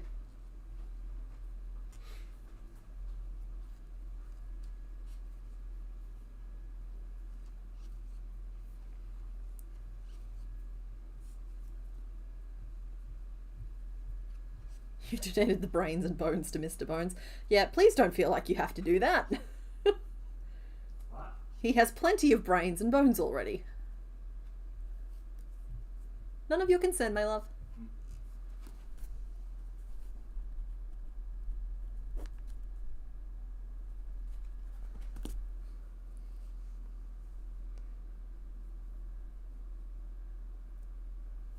Okay, he does have like a little lippy bit, so I'll start with just a round of single crochet here.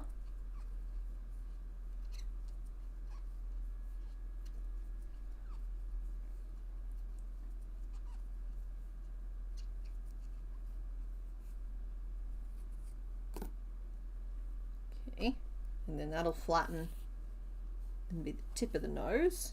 Might be too big. We'll work that out. I think that is too big. If I move it up a little bit, it's fine though. Okay, cool. And then we need to start increasing at the sides. Trip hazard. Why? Don't run out the door at high speed. Okay. I will not. Though we are probably coming up on a break time. I know that we're not finished this guy. I'm trying to like hold on, but it's 1:15 and I could use a snack, frankly. I will hold on for the sake of us all for a little bit longer.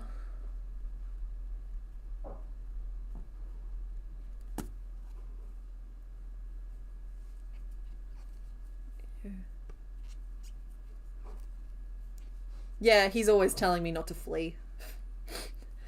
I think by now he'd know that, like, I'm not stuck in here with him, he's stuck in here with me. No thank you, love. I've still got the previous beverage you brought me.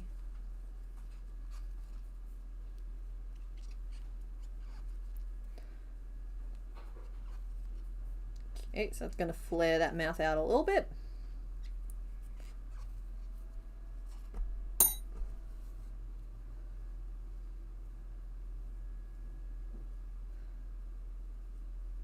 Yeah, stopping for food is such a double-edged sword, because like sometimes it like reinvigorates and like cool, we're back and we're doing great, and sometimes it kind of foretells the end of stream because I just like get all like food comery and snoozy.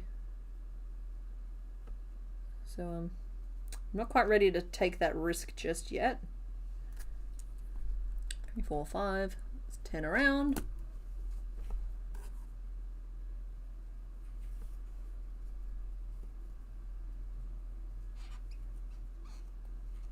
Reminds you of the couple that ran that prank for photographers at the altar. I don't know that one.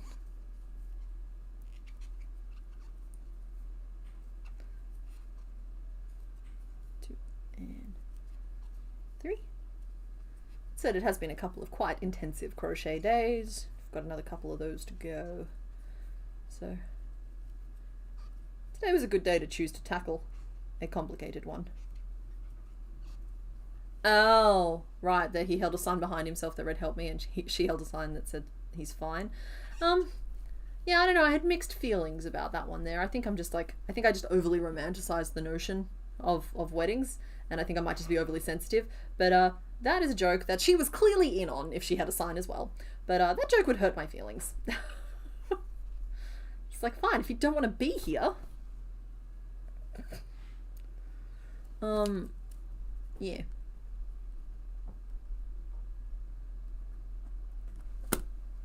But, like, her friends and family obviously all thought it was funny. She clearly obviously found it was funny.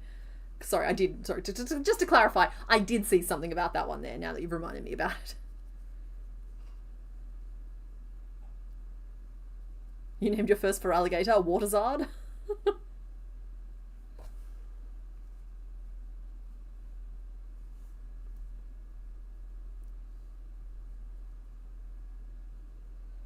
Just never smile at the crocodile. No, you can't be with the crocodile. Actually, you know what? Crocodile is one that's coming up. This isn't crocodile. This is Feraligatr.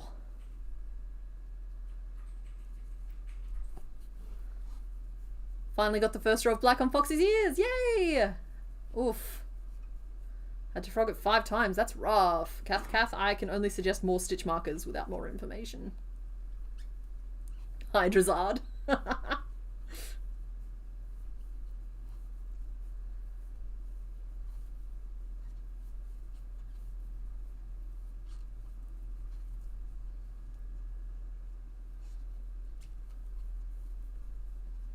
Oops, I lost track of that name list again.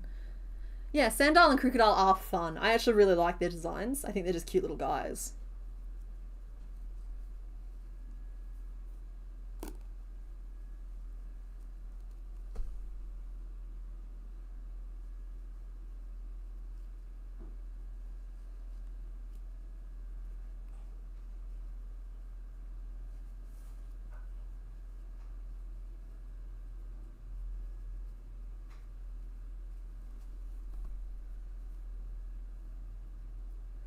Okay, I need to build some eye bumps in the next row, and I need to curve... Do I need to curve it down more, or should it stay up on top like that? I think it needs to curve down a little bit more. Was that just a row of single crochet that I did? It was. I should really try and keep track of that. 1, 2, 3, 4, 5, 6, 7. It's 14 around. I swear I'm good at this. I do it. I do. Oh no!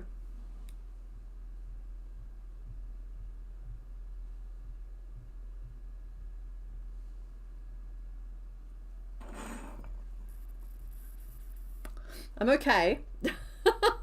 I've been adding the notes for the head to the wrong bit of the thing. I've been adding them to the head base instead of just the head piece. So I don't currently have any notes that are actually accurate here. So we cross that out and it comes down here. I can do this. It's all still cached. It's all still in the internal RAM. So we're okay. And then we just did this. And then we did this. And we're fine. We're back on track and it serves me right for not finishing off. We're fine. We're fine. We're good.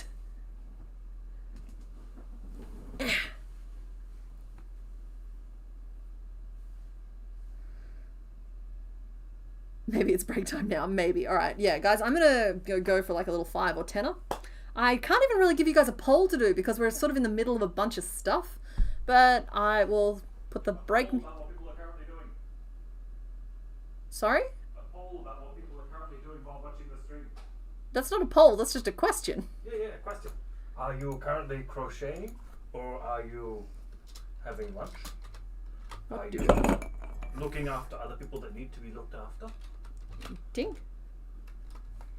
Or other assorted crafts? Crocheting. Crafting.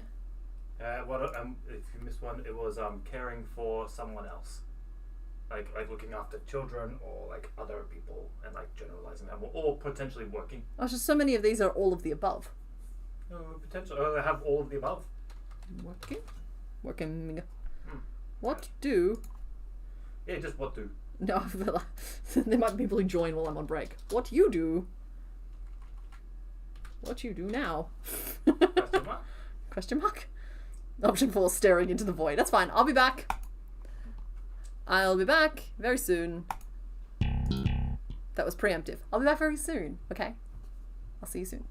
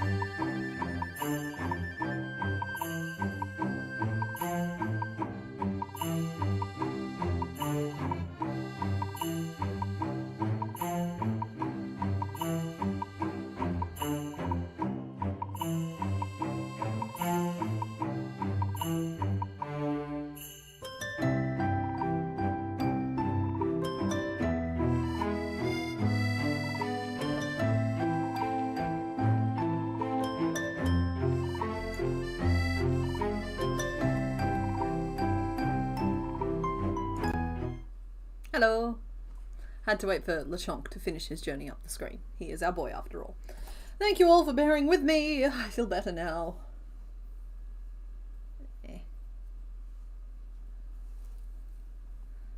Alrighty, so I have updated my notes. We're all good. I do need to start positioning some eyeballs on the top, and I need to broaden it out a little bit more as well. So we're going to just diagram this for a second.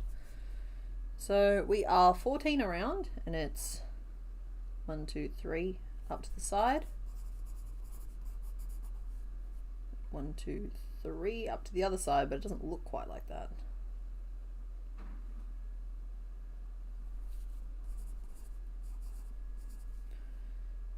That's 1, 2, 3, 4, 5, 6, 7, and then it's 1, 2, 3, 4, 5, 6, 7 across the top. So we need to keep growing out the sides of the mouth, which we can do by that, and then we need to position 2 eyes along this 7, and it's 7, so it's not too hard to position. We just need to decide if they need to be close together or far apart or forever in our heart. Enough of that. It's there, and I think it's there. But we might even go crazy with it.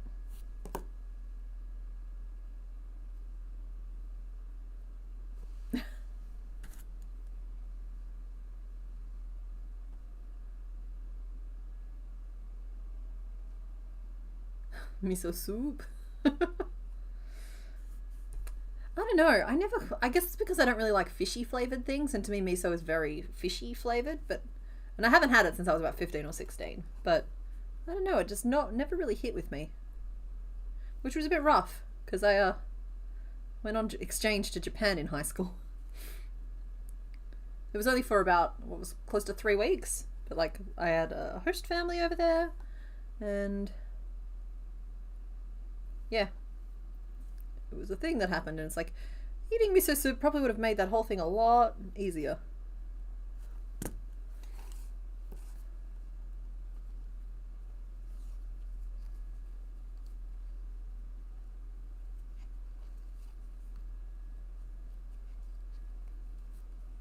You did the same for a year. See, awesome.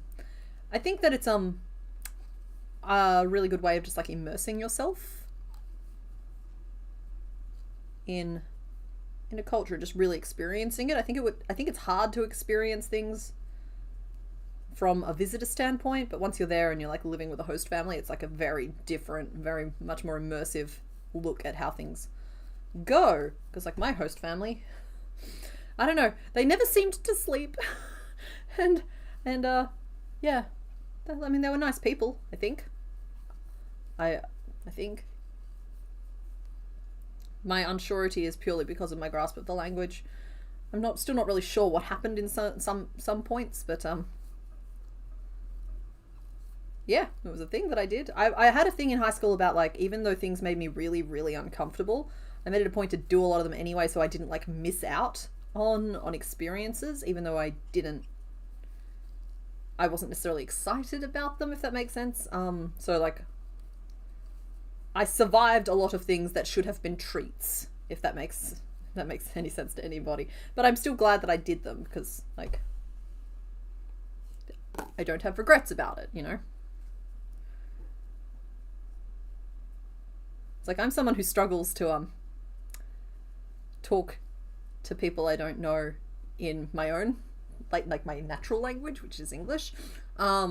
And so even though I had a couple of years of Japanese, but it was high school Japanese under my belt, it's just like the idea of trying to communicate effectively in a language that I didn't speak, and it was always already hard for me to know how to talk to people. It's just like, I'm not the person that should have been put on exchange, but like our whole class went over, and so it was okay.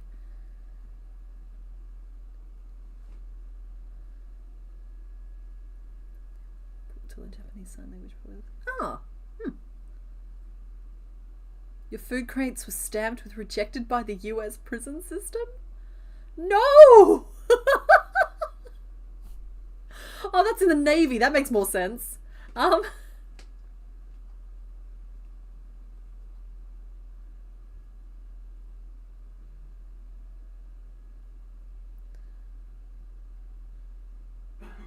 really cool, Nora. Took your kids and spouses to visit your host family a couple of years ago, and there's a coffee shop in Tokyo that's I don't know what Tewa is, sorry. But I'm from context, I'm picking up that it's some sort of like signing language, yeah? So everyone is signing, and it was cool for your deaf daughter to see. That's really awesome.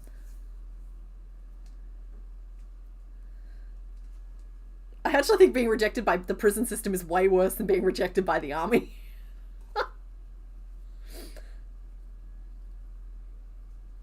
just in general.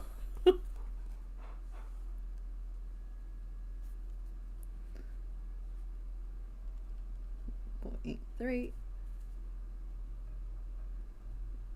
3 5 ink 3. What are you supposed to be? 3. Okay, if you say so. Ink 3 and 3. We have a self-reported 3 in the midst. Ah, Tewa is hand speak in Japanese Sign Language. Oh, okay, cool.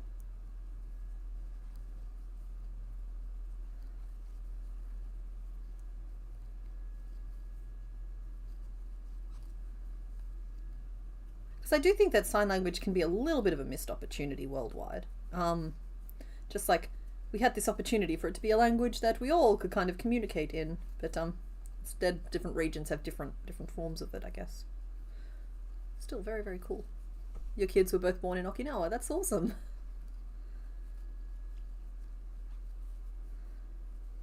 So admittedly it's been, golly, 20 years now since I was in Japan, but I remember it being, there was just a lot of like extremes to it. It was either extreme serenity or extreme hustle and bustle.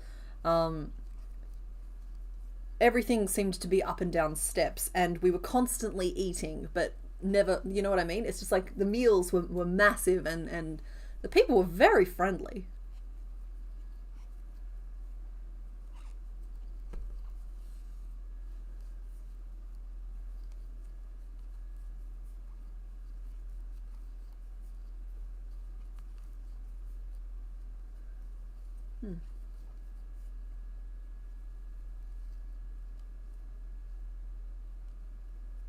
Yeah. Okay, so she speaks LSQ and ASL, so seeing a totally new sign language that doesn't use the French sign language alphabet. LSQ and ASL are both derived from LSF. I didn't know that. Was novel. That's cool. I'm learning a lot of stuff today.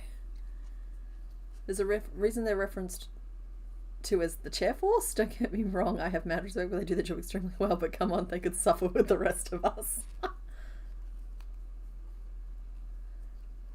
We lived in Chiba. Technically, school was in Tokyo, and I don't know that I would have survived Tokyo proper on like your rest times. Even an hour away, it was so peaceful.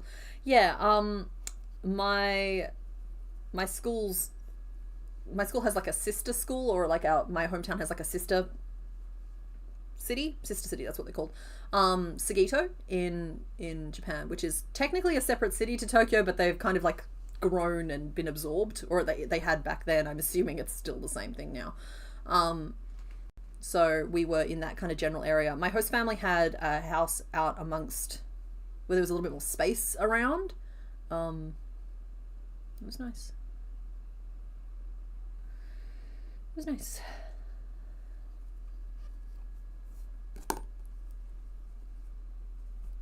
Okay, so I'm trying to build 2 little eyebrow ridges in, as well as like the curves of the mouth.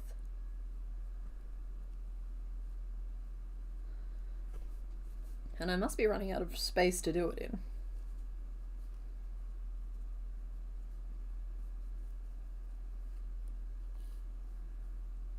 Have faith that I will pull this together in the sewing, okay?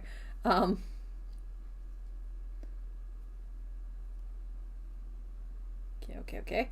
So we need maybe like 1 more row back, maybe 2 more rows back, 1 more row back, and then I'll start closing in. I think is the goal. 4, 5, 6, 7, 8, 9, 10, 11, 12, 13, 14, 15, 16, 17, 18, 19, 20, 21, 22, 23, 24, 25, 26, 27, 28, 29, 30. Oh my goodness, this head is 30 stitches around. How did that happen? He's cute as he gains a face. Aren't we all?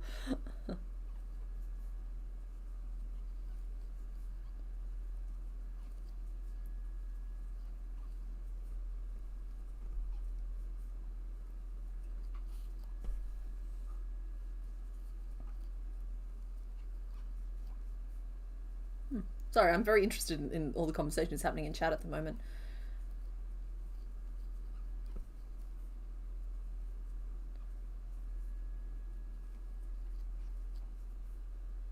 Floating cities that cost billions of dollars per ship. Yeah. I have a certain fascination with the notion of these aircraft carriers, which have like their own like power and their own everything. And they're just like completely independent little places.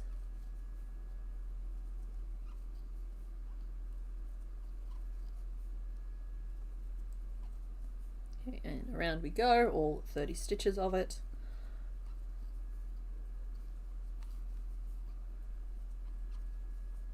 Don't know how I allowed this to get this big, but at least it'll be about the same size as... I'm trying to remember the name of the lizard.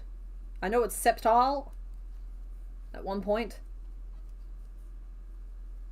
It turns into the lizard with the giant leaf tail. We've made it already, but it's from future generations.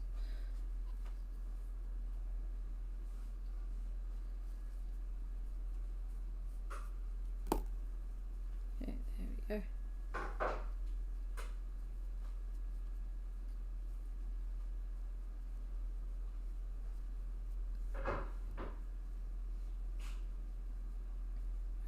Okay. So now I can close off at the corners of the mouth and at the tops of the eyeballs. So I just got to work out where those stitches actually fall. But we're doing okay.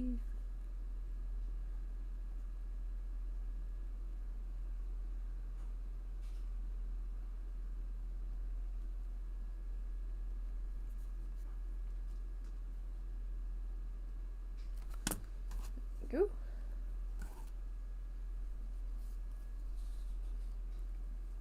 No, it's not Turtwig. It's I could look it up honestly. He's got those giant yellow balls on his back. Kind of a triangular lizard shaped head.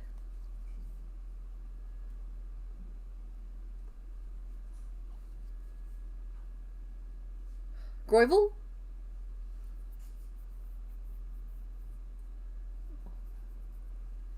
It might be Groivel.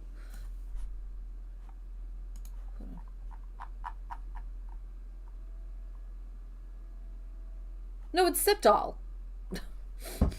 I got it. Trico is the little one. I was like, oh, it evolves from Septile. No, it's Septile. Is the one I'm talking about. Yeah. Septile turned out on the largest side. Venusaur turned out on the largest side. Charizard turned out a little shrimpy. Blastoise was a little on the small side too. But like, we're allowed to like every so often just accidentally make one of our starters huge. Just know that it's not a form of favoritism. It's literally just, I cannot always control what the hands want to do that day. Morning, Lisa!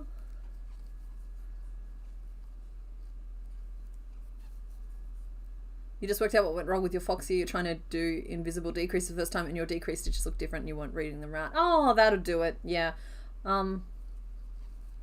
Yeah. That'll definitely be it.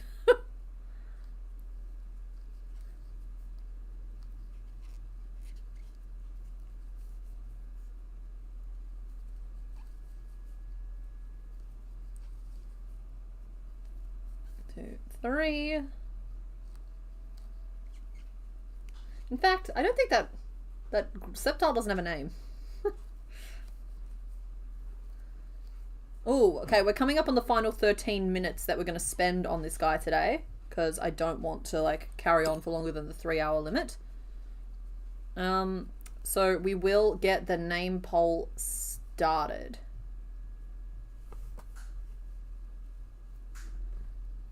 Okay, dude, your eyes didn't need to be quite that big.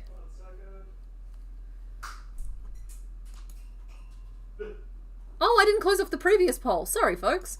Let's review that first. I can hear Mr. Bones popping and locking out there. So am I ready for those cursed little hands? No, I don't think any of us ever should be. What you were doing over the break? 53% of you were crocheting, 20% were eating, 20% were crafting, and 7% were working. So yeah.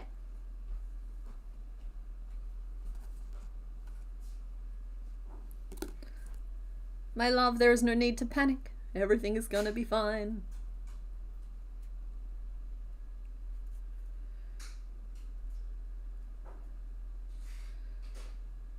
3, 3, deck 3,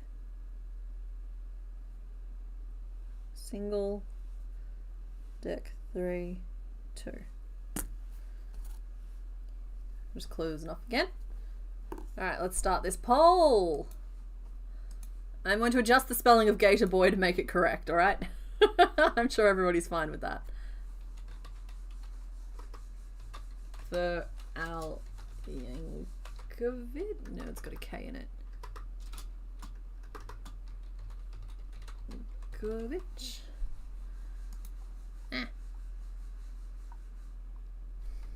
Here's the feral cheese gator. We have Skater Boy. And Quasimodo. A name that means half-formed. Alright, you may name the crocodile, who is technically a gutter.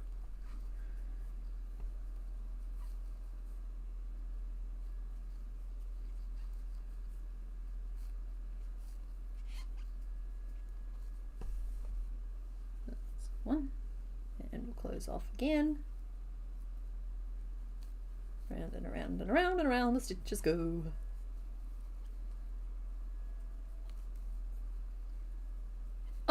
Oh no, it's meant to be Gator Boy. It is meant to be Gator Boy. G-A-T. I got all caught up with how to spell skater correctly that I forgot that it was meant to be Gator. I do want to restart the poll. Sorry folks, we're going to end that because that's wrong. Preliminary results show a 4-way tie, so that's fun for us all. I was wondering how you said it was misspelled. I was like, I've checked. Oh, no, my problem was that there was a K sneaking in all the time. Not for you. Yeah, I can't remember the difference I was making. It's fine. It looked right on the mutter. business numbers. And Quasimodo. Alright, they're in a different order, folks, so be prepared. The poll is starting again. This time it's got Gator Boy in it.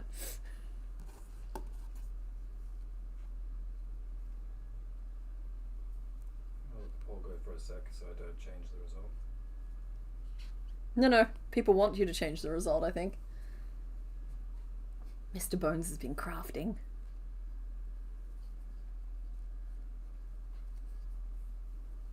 We didn't get enough sanding or gluing, but the poll is now, so here you go. In your defense, I rushed you. Look at this, he made a little skateboard for him. I think it's going to leave marks on my paper, but that's okay. That's the perfect size. And he is a gator croc.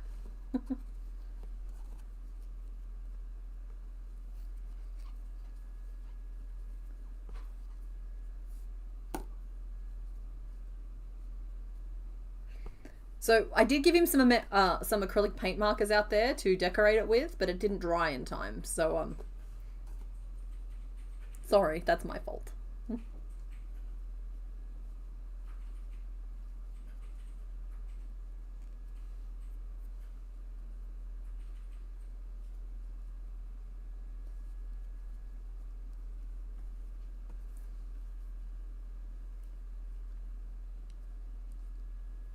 Cool, that's the head done.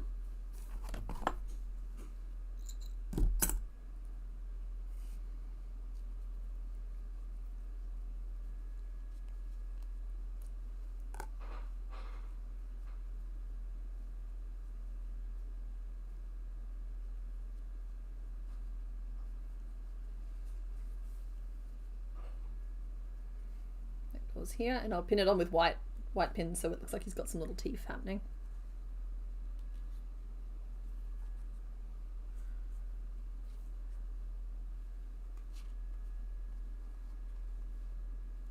I have a lot of seams coalescing on the same point on the back of the head, but it will actually be covered up a lot by that head fin.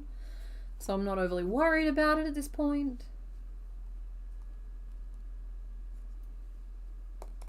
Just be prepared for it to take a couple of weeks for this particular pattern to hit the Patreon. Because He's got so many bits that are needed. My goodness. You as a skater boy. No. Neener, neener, neener, neener, neener, neener, neener. It's a skateboard! Because he's a gator boy.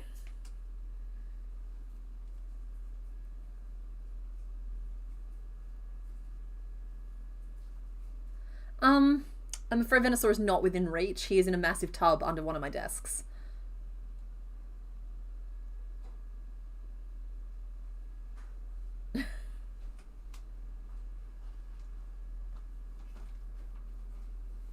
No, honey, it's back there. He was going to crawl in. I'm sorry. Oh, check that one. Sorry? I could check that one. There's nothing here. Get out.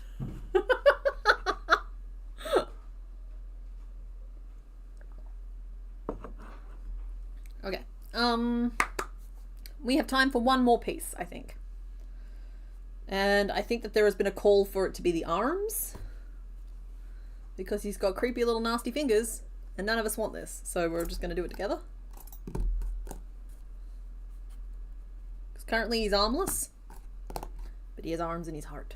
I don't know how I'm going to do those little fingers. He might get mittens.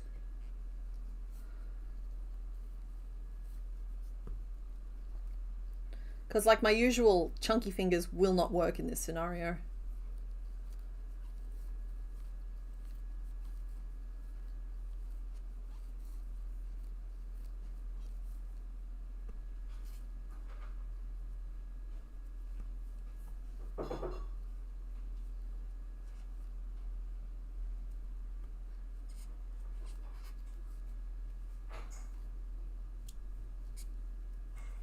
I'm going to go up to 9 stitches around, and then I've got one thing I will try.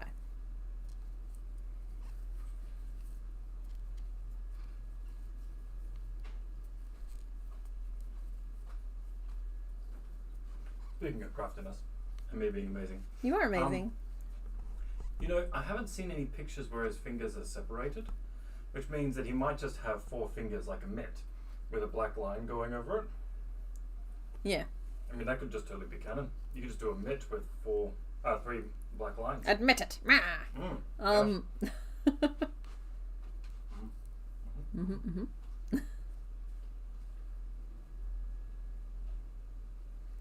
was going to do picots.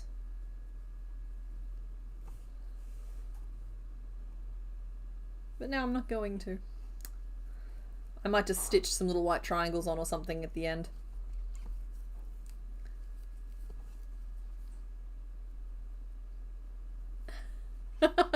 You pictured little red mittens with a string between them, then realised I meant hand shapes. Yeah, sorry, I'm talking about the hand shape.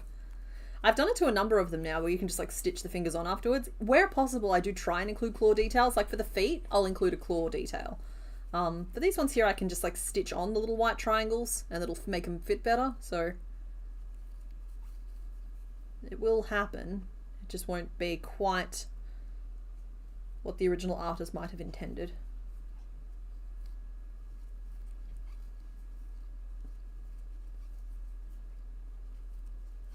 12, 13. I see you guys have picked the correct name.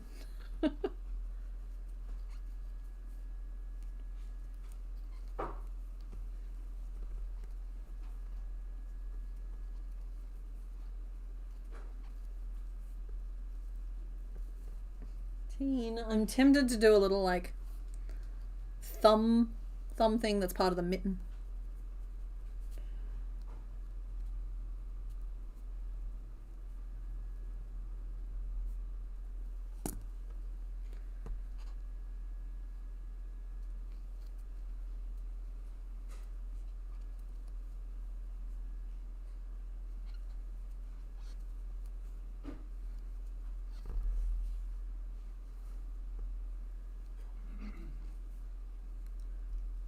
Bye, Coletti. Thanks for hanging out. Oh, you want a little beanie for him too. I would have to flop down the spikes on his head so he'd be like very scene kid of him.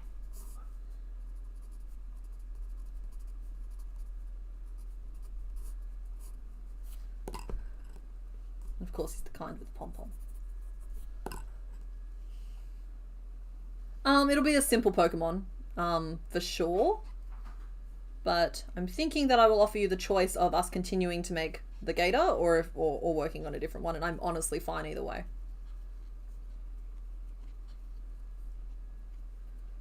Because to pick from the 8 pole, I have an 8-sided dice, because that's what the simple board is. So we'll roll the dice to come up with some pole options, and then you guys can pick.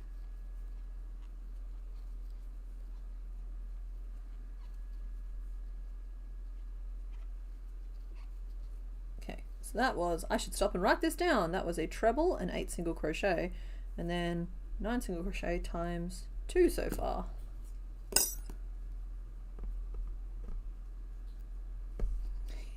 It's a shoelace belt. I'm worried that I've made these hands too big, actually. I will narrow down the arms a little bit. So we'll go decrease and then 7.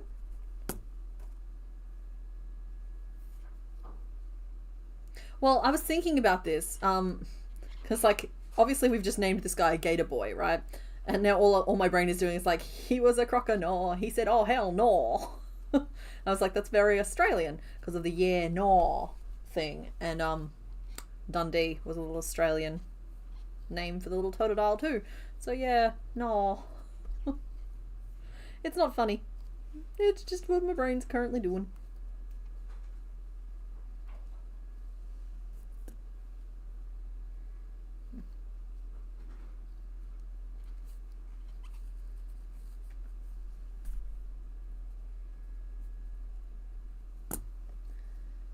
You could be called complicated?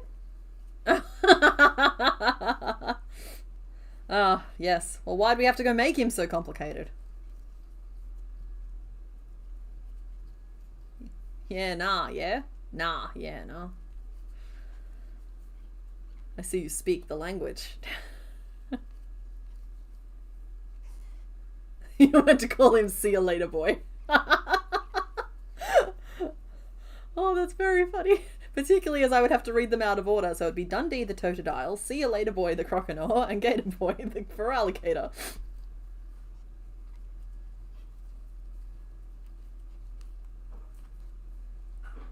But it might be months before we get back to Croconaw. Though I have offered him in the polls before.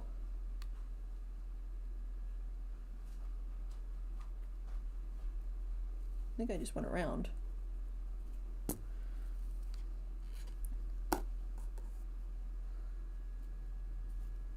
Yeah, no. Oh, I like that.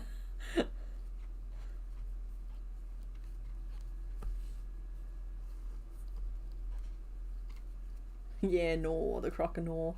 Damn it, I really like that.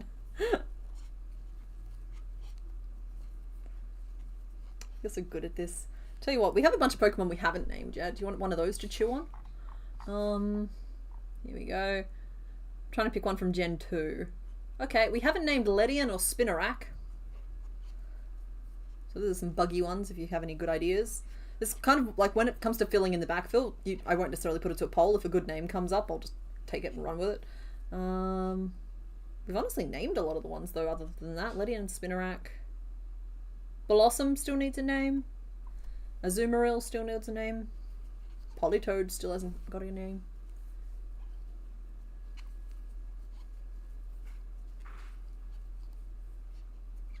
I think it should be yeah, no, too. You know what? I'm actually going to put it in there with a little question mark next to it so that when he comes up, I remember it. Ah. Something went weird. We're fine. I remember to include it as one of the options.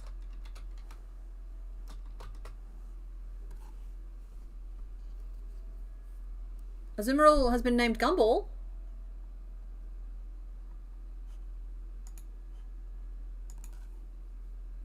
You sure?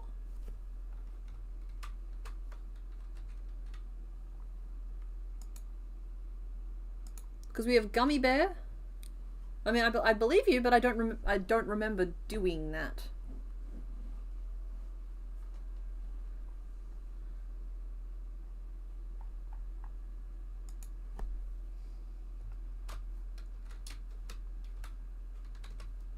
Very sure. Okay. It's in. It's done. It has been formalized. Thank you. Thank you for remembering that.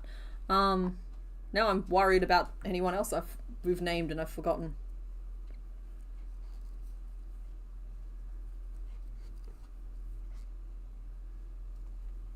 Yeah, Nor needs to be on the bottom of the skateboard.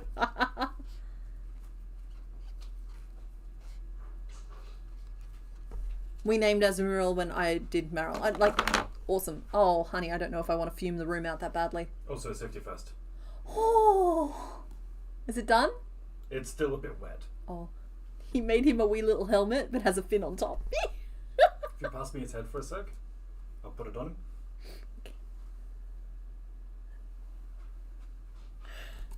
No, thank you, Yellow Fan. Sorry, like I said, I wasn't like accusing you of anything. It was just like I don't remember that at all. Okay, well, let's keep going through it then. Gumball's in there now. Politoed, Skiploom, and Jumpluff. Did you guys see the little helmet? It's being attached to his head as we speak. I mean, it obviously won't be able to go, sadly, on the finished one because I can't just skip making the whole top fin, sadly. But, he's the party boy. Safety first. Safety Croc says, wear your helmet. Can we take the helmet off? No. Okay. Just be careful, it's got a bit of glue on it, so just don't lean it against something until it's dry. Do you want me to take it off? No. Okay. It is propped. It is safe. It's fine.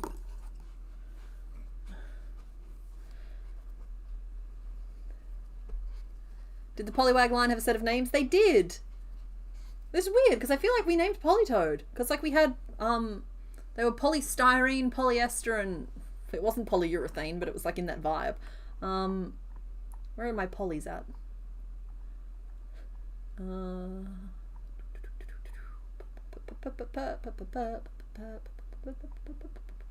There we are. Polyfill, polyester, and polystyrene.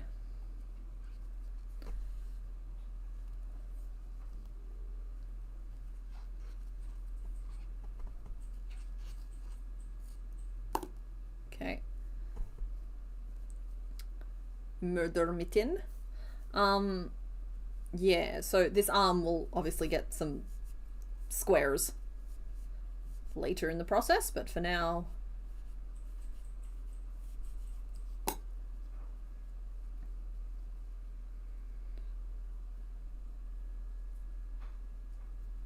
Oh, yeah, the little helmet can absolutely go on Totodile. That's so cute!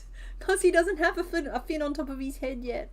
And so he'll be like, oh no, I'm just a baby, but I've got my helmet on. Honey, he will be in that bag, potentially. I think. Or a plastic tub. Somewhere. I know I put them away. I'm trying to cram a lot of stuff into this room.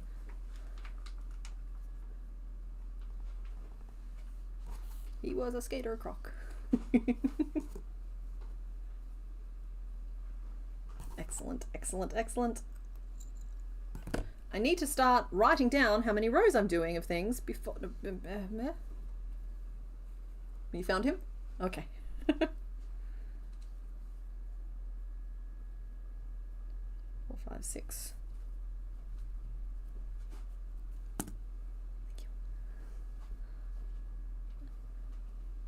Politoad could be polyunsaturated.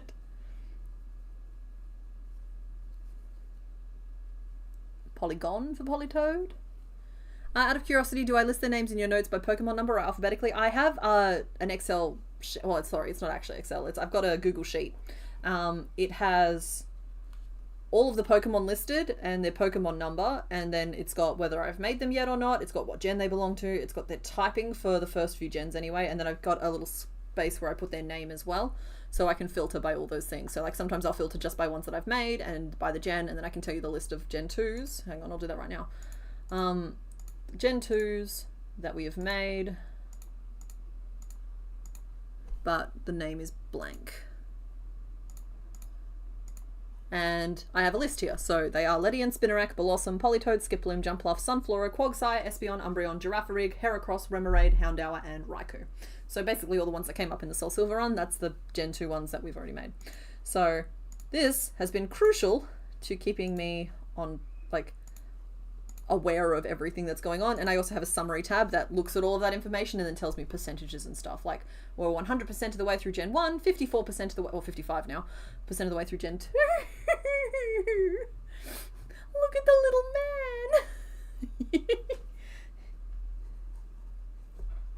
Okay. He's helping. Come back here. Ah, look at this. Pat, pat. That is his helmet now. That is awesome. Also, I will try and find this red instead of using this red. I think this red is a better match. But I've used a berry tone on the little guy. He's so cute. Alright guys, that is where we're going to stop Feraligatr for today. So he still needs a whole bunch of pieces, but that's where we're stopping that particular one. I will close off this poll. Thank you for voting. It's so cute. Okay, so Gator Boy won with 54%. Okay, Gator Boy won with 54% of the vote. Then came Feral Yankovic at 20%, Feral Cheese Gator at 15%, and Quasimodo at 11%. So thank you to everybody who voted and suggested names. I have decided to put the T back into Gator, as was discussed. And we will move all of this little fam bam off to one side. Carefully. Go. There we go, there we go. And you all need to go in my whip tub.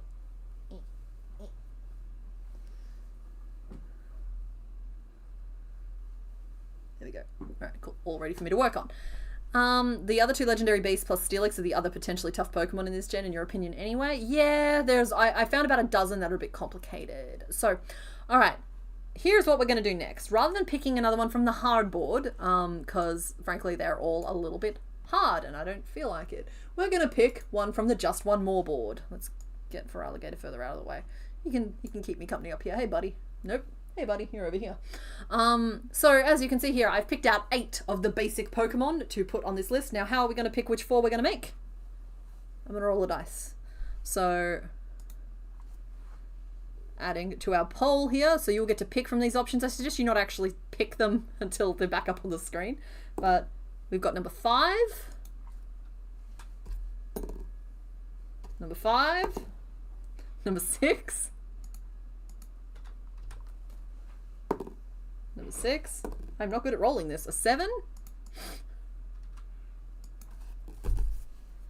Give it a good shake up so I don't get an 8. And an 8. Okay, the dice has spoken. So you are picking from, let's see, you've got 5, 6, 7, or 8. So it's green, pink, brown, or yellow. So many choices. So we'll pick one from the Just One More board today. There will not be a full reveal of the Just One More board. We'll keep it running over a few sessions. But I will do a reveal of the challenge board that we actually had up before we leave at the end of today. So, you boot scooting, Lisa. Yeah, Suicune and Entei are both pretty tricky looking. Scizor is one that I'm just not looking forward to making, possibly because Scyther took us like 6 hours and just was so complicated and it didn't turn out very well as well. And so like, it's just like I just don't have a lot of love there yet.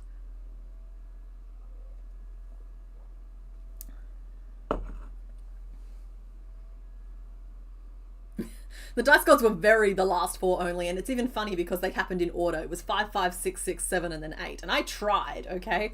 Admittedly, I haven't really softened these dice up. So, like, they're not super familiar. Like, they're my dice, but I haven't used them a lot. And so, they don't really know the rules yet. But I very easily could have just been like, we'll just do 5, 6, 7, or 8. Your neighbours are having a barbecue and it smells really good? Ooh.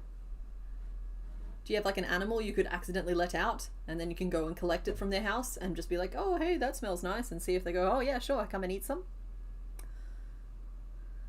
You think Size's Krabby Claws might be a lot easier than Scyther? Maybe. Yeah, maybe. I don't know. I've got like a little bit of like a mental hang up about it, which means that I need to tackle it soon. Otherwise it's going to end up being the last Pokemon, and that's not a good idea.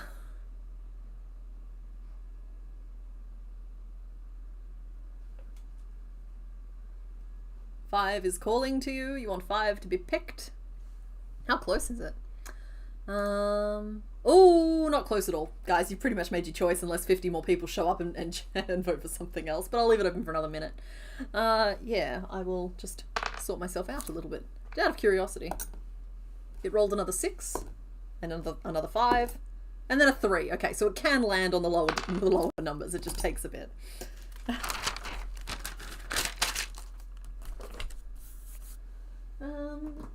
Looks like y'all are picking a very particular shade of pink.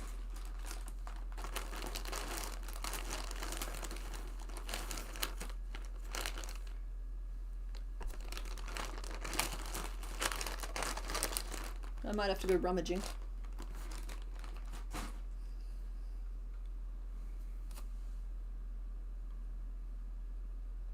You missed the first 5 minutes? Oh yeah, sure. I can show you finished objects if you'd like. Let me just swap the screens back. I should have this all just set up to happen on a single button, but I don't, so we don't. There we go. Alrighty, so last week we did Yarn Sparse the Dunsparce. Quite pleased with how he turned out.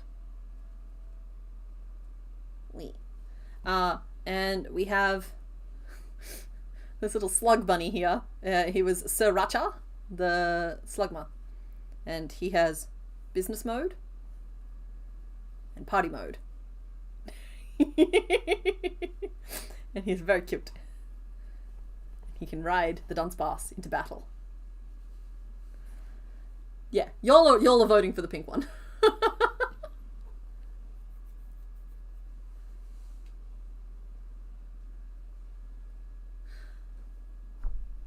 Yeah, Slugma turned out unreasonably adorable. He just did. It's even just like the pupils being different sizes and different locations. It's just like something about it just works for him. He is just a little guy, and I put a little weight in his base too, so he is actually really stable. But he's potentially going to become a little hair ornament. When it's not so hot, I'm trying not to tempt fate at the moment. Yay! We slug... we didn't Slugma Carnivine. We Carnivined Slugma. Alright, let's end this poll and get the next phase of today started. You guys picked number 6 with 42% of the vote, then came number 5 with 30%, number 8 at 16%, and number 7 at just 12%. So, I've got to switch my screens back. This one. And this one. So you guys picked number 6, which is this spot over here, and I have to be very careful to stay within the boundaries. And hopefully I've set this up correctly. You guys have picked Hoppip! The last of the line. Now, I was saying before how when we do him, we might have to revisit Jumpluff and Skiploom, but we will not be doing that today. That's not how this is going down. You like the concept of this board? Oh, yay, good. I'm going to keep doing things like this and just have some easier ones to the side, just because it makes it easier for me to force a harder one to be picked first, and then we can pick an easier one when we need it. Oh. I consider that a very nice compliment, Lute, just having a talent from making little slugs and snails. It's just like, I think it's because you have a soft spot for the nuggets, and slugs are just nuggets with attitude. Yeah, we're going to make Hoppip, but we're going to try, because, as I said, the other two we've made of this line I'm not... Sorry? What is it? Hoppip. H-O-P-P-I-P. Not to be confused with Taco Cat. Alright. So, we have a little Hoppip. Let us turn the sprite back. Oh, there we are. Hello. You come back down here, and we're going to change you out for a Hoppip. He's just a little dude. He's got a little tail, too. I always forget that. And this is number 56. And this will be our final Pokemon for the day. But be prepared for, like, more complicated ones every week until we get through them. Yeah, so I grabbed this pink out, but now I'm looking at it, I think it's too berry. I might have to go colour rummaging. So I have an assortment of different pinks in this bag. I'll just pull them all out. Pink is one of those colours where I kind of just like ended up with a bunch of like small amounts over the years that have sort of stuck around from before I really locked in my preferred yarn. So I don't think any of those are really right. That's might be closest. But this looks wrong in person, I'll tell you that. So we'll get rid of that one. I'm going to go rummage in the desks behind me. So I'm still here. The first pink is too dark, I agree. Nobody worry about that. I have seen that comment and I agree. I have watermelon, but it might be too bright. Yeah, no. Rummage, rummage, rummage. Oh, hello. Are we in an antique rose frame of mind? I think we are. Look at that. Sorry? There are foot pads. There are? Yeah. That's surprising.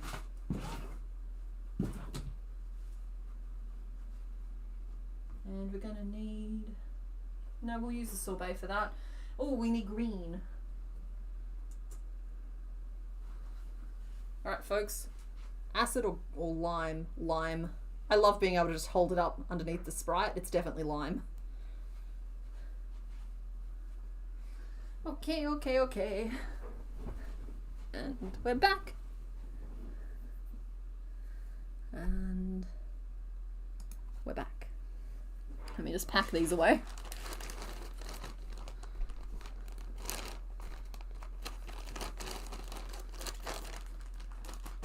Purple pointers pack, it tells you lies. Okay, so those are our colours. And I'm not going to try and make it to match the other two because, as mentioned, I don't really like how they've turned out. So we're just going to make Hop-Hip their own, hopefully perfect little guy, and we'll make the others to adjust. The lime in the coconut, maybe. Okay, gotta draw him. Gotta sketch the little dude. He is one of nature's perfect little creations. I can't believe he has toe beans. Sorry, the gifs coming through are fantastic. Just not a single thought has ever been shared in this species, and I think that makes them delightful. So we just need a potato. You need to give that potato some ears so that it can hear all of the lovely things we'll say about it.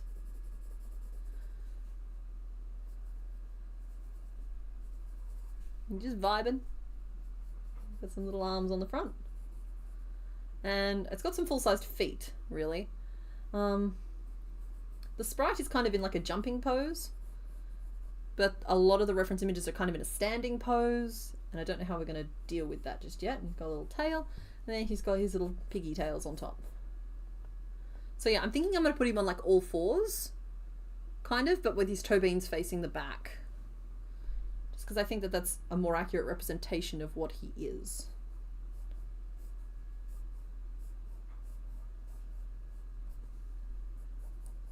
Got these little hoppers. That must make these bits his pips. There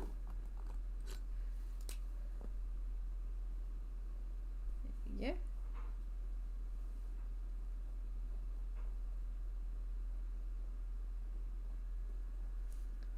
One.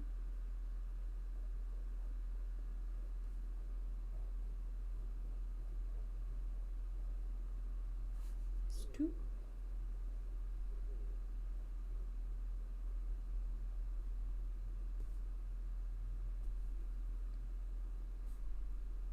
No safety eyes today. We'll stitch on little yellow marks.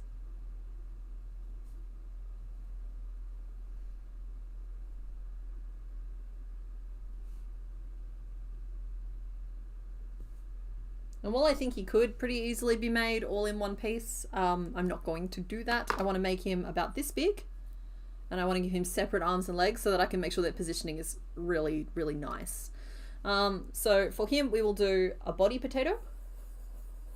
He's just a round little guy. He kind of looks like a gumdrop from the front. He's got kind of like a little bit of a sag to him, a little bit of a weight to him.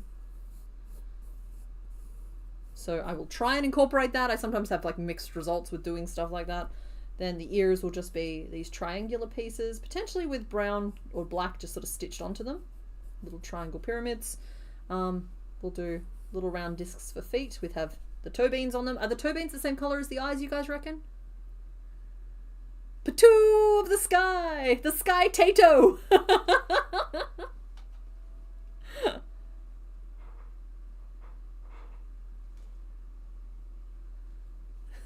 Potato of the sky? How did I miss this?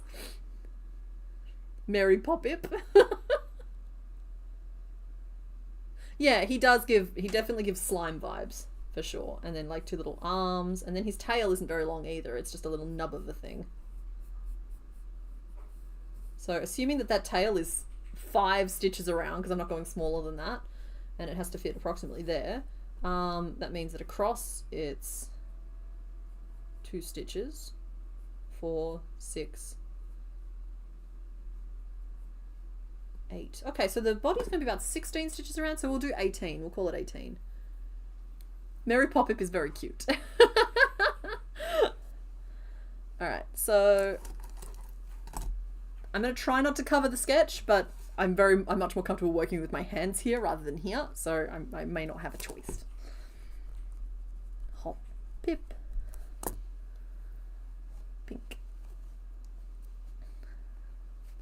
I also like Sky Potato. Because this just looks like Hop Pip after New Year's. Skip Bloom and Jump Fluff do not have names. Yeah, he's just a little kitten. He's cute. A little patoot.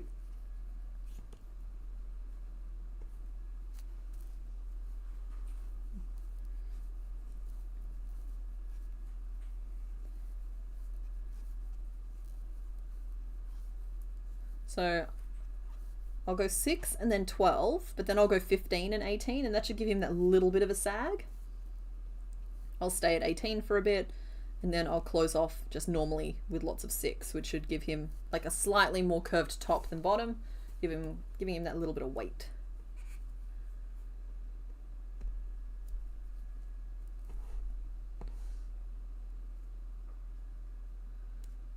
If that's a sketch of the body, it reminds you of a very sad beholder without the eye stalks. No, that... First of all, it looks happy, okay? Because I've accidentally drawn the spots like that. Second of all, that was meant to be Mega... What's his name? Victory Bell? I just couldn't remember the specifics.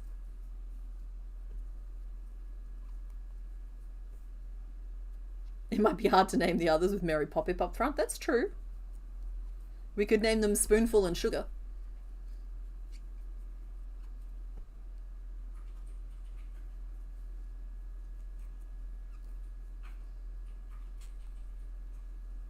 Cherry Mato. That's cute. He does look like a little cherry tomato. Oh, you're talking about this one reminding you of a sad beholder.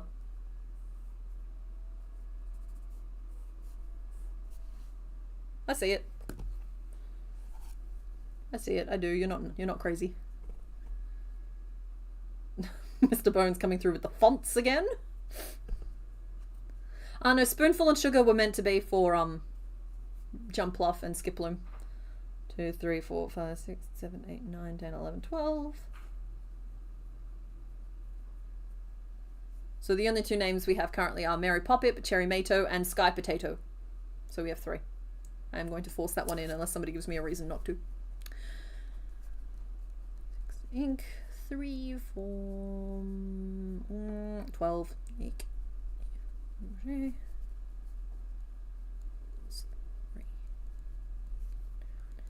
That's only using 9 stitches. I need to use 12 stitches. So let's do that. And then this should be this.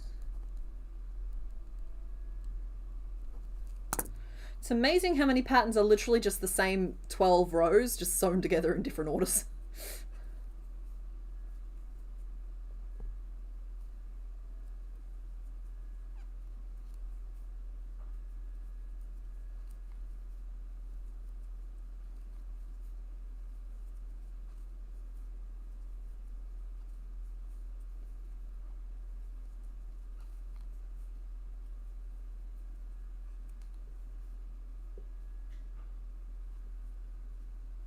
Its name can't be in that font. I'm nixing that. I appreciate the feeling behind that thought, but it can't happen. Sorry.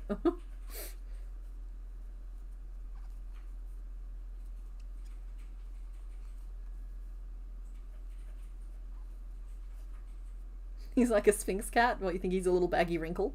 1, 2, 3, 4, 5, 6, 7, 8, 9, 10, 11, 12, 13, 14, 15. Excellent.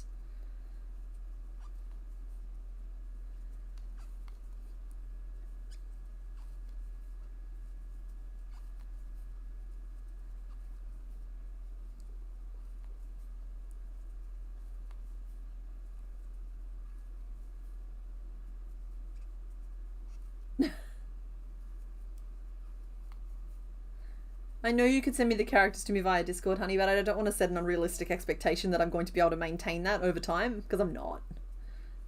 It's bad enough that Nibbles has to be in, like, superscript. Important thing, how would Hoppip wear a tie? Well, I mean, there is one correct answer. And that is, let's say this is, I don't want to mess with my official sketch, so let's say this is him. Those are his little arms, those are his little feet. His tie has to be around here.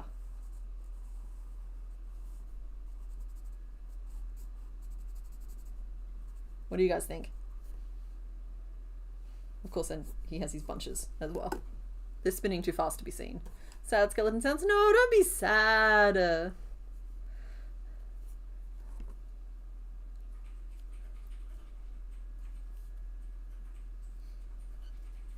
I'm too emotionally codependent for you to be sad.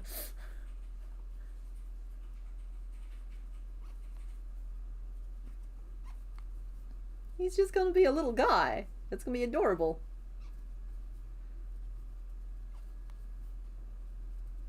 Yeah, Mr. Bones can keep his fonts. I'm happy for him to keep doing it. I'm just saying that I can't. I can't do it.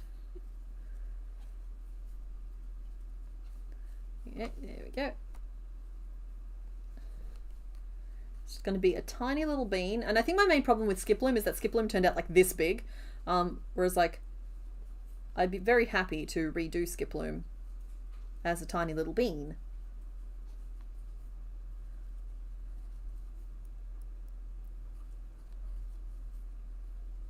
Okay, so that's 18 and we're going to go around again.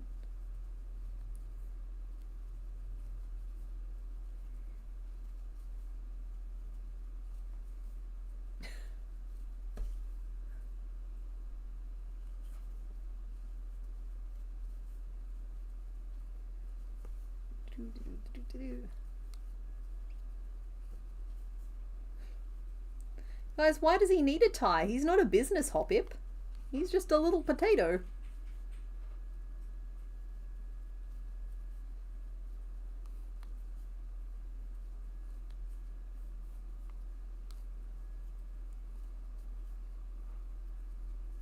Anything you like, sad. Me, oh no, ah! Yeah, no, same. Make that stop.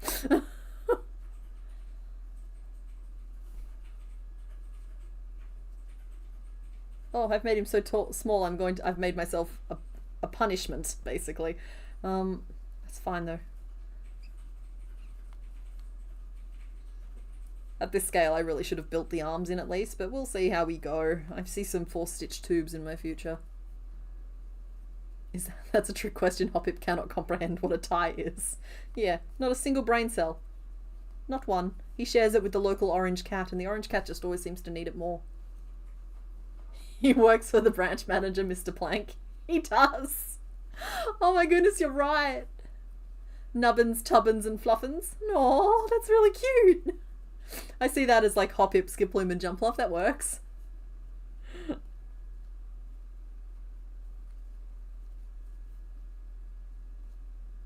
He's too small for a tie. It would swallow him. And that's true, Mr. Bones. Ties are not made of wire, bottle caps, or wood scrap. And those are your preferred mediums at the moment. Did my crocodile need weights? He shouldn't. He has really broad paddle feet. Also, I haven't closed off the base of the tail, so I can chuck some in there if we do need. So yeah, not overly worried about that. 1, 2, 3.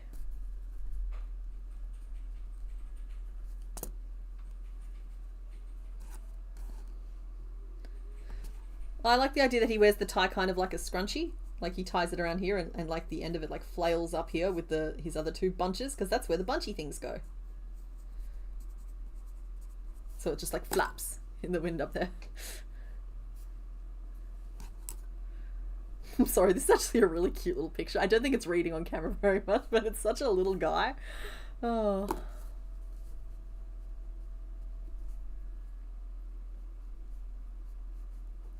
That'll get us down to 12. And this will get us down to 6. What a lovely cooperative little dude he is. Oh, Loki the crocodile. I can't remember if I put one in. I potentially would have put one in the base of the tail if I did him again now. That's because I think his front legs are a little on the short side, and that will help tilt him backwards. So yeah, if you're currently making one, put a weight in his tail if you have the opportunity. Hindsight is one of those things, you know.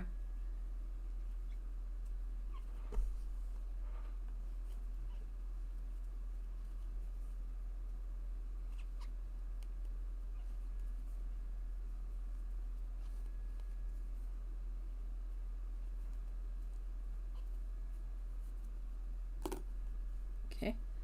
Yes, and the crafting skeleton does need rest. He can, yes. It's too soon to invoke him again.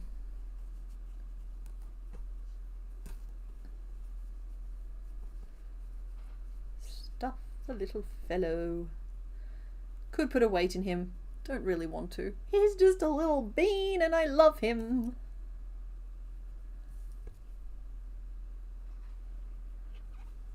We'll close him up.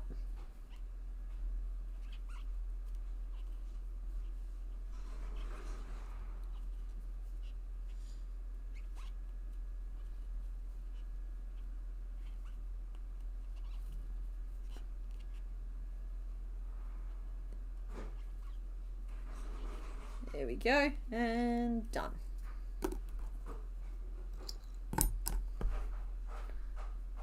Hindsight usually gets you in trouble. Yeah, but the idea is it's supposed to keep you out of future trouble. Mr. Bones is rattling around out there again.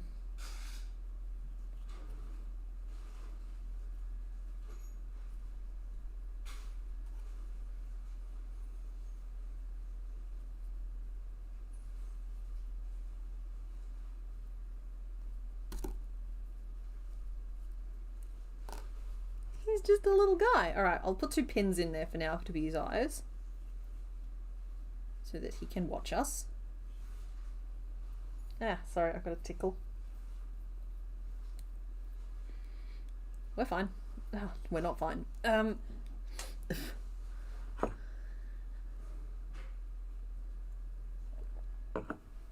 Okay. There is our little sir.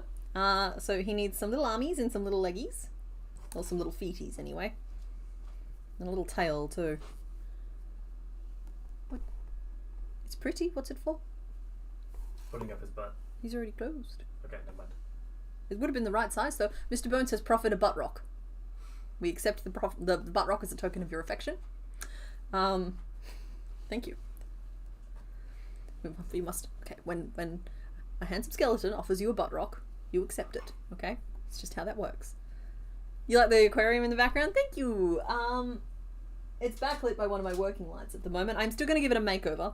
I just don't know when I'm going to do that. So, that should be a nice, fun, coral, reefy video, and I have to coordinate with Mr. Bones as well, because I don't know if I've told him this yet, but he's going to redesign the mechanism that lets the fish swim, so that it doesn't have quite as much stretch to it. Because he's a little bit better at that sort of thing than me, and I am happy to call him in and get him to do that. And I've got some lights to put up in it as well, just some like LEDs, and so at some point we'll give the goldfish, who I can't remember if we named or not, but he's here. We'll give him a little home makeover. For now he's just pretty happy. He's got plenty of stimulation in and around the tank, you know. Almost done with your arms for your oceanic friend. You love the hobby? Thank you. Aren't butt rocks always a sign of deep affection? In my experience, yes. But like, that doesn't mean you always have to accept them, because just because somebody feels deep affection for you does not mean that that's your problem. That said, it's always nice when it is possible to return said deep affection.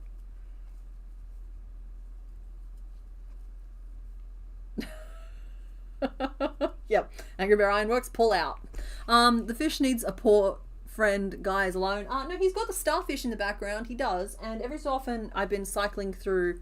There's been an anglerfish in there with him. There was a lobster in there with him. Like, none of this is on camera. It's just I'm kind of weird. The pufferfish joined him for a brief stint. He's had buddies along the way. And currently he's got a lot of company. You just can't see it because it's on the other side of the thing. It is penguins that do that, yes. But pebbling is also a thing. It doesn't necessarily mean rocks. It just means that it's a thing where, like, if you want to show your partner something interesting, or if your partner's trying to show you something interesting, like a meme or just like literally anything, it's just like giving it attention is important because it's sharing those little things throughout the day. Yeah. Okay. That tail is thick. Your tail is thick. Is this the right thickness at least for the feet? Okay, I think I can get away with it for the feet. This is 4 stitches, so I'm in trouble, okay? Why am I like this as a person? The feet have to be thicker than the tail, so the feet can be 4. We'll just frog it back a little bit to make them smaller.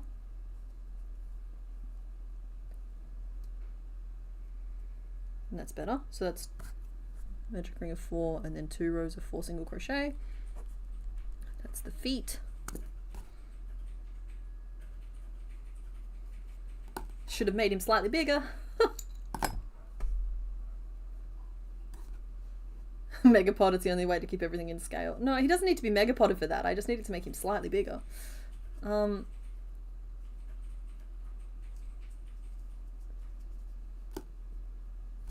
so many ends?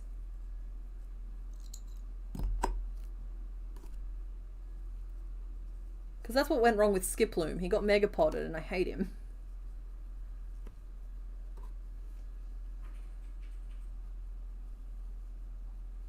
But I don't think this is going to look right. I think I need to make a different body base. I think I need to go back and make him 1 size larger. Okay, so we're going to do that. Well, I'm not going to frog that one because it's a cute little bump. But I'm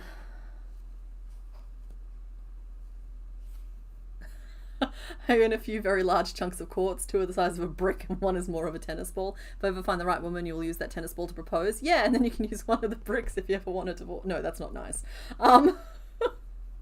Yeah, no, yeah, exactly. The best rock.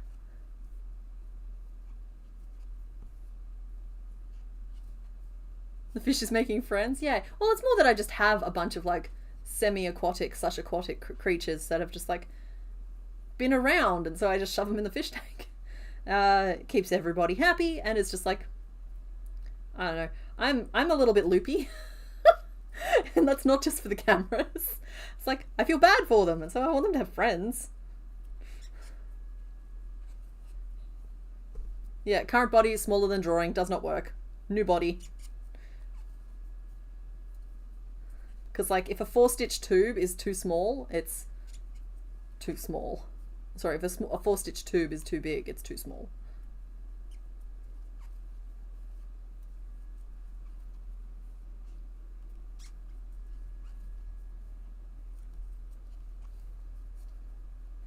Two, 3, 4, 5, 6, 7, 8, 9, 10, 11, 12. All right, and we're going up a level.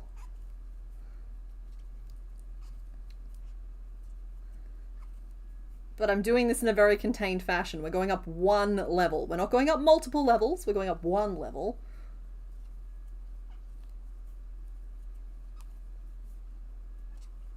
And that's it. That'll be big enough.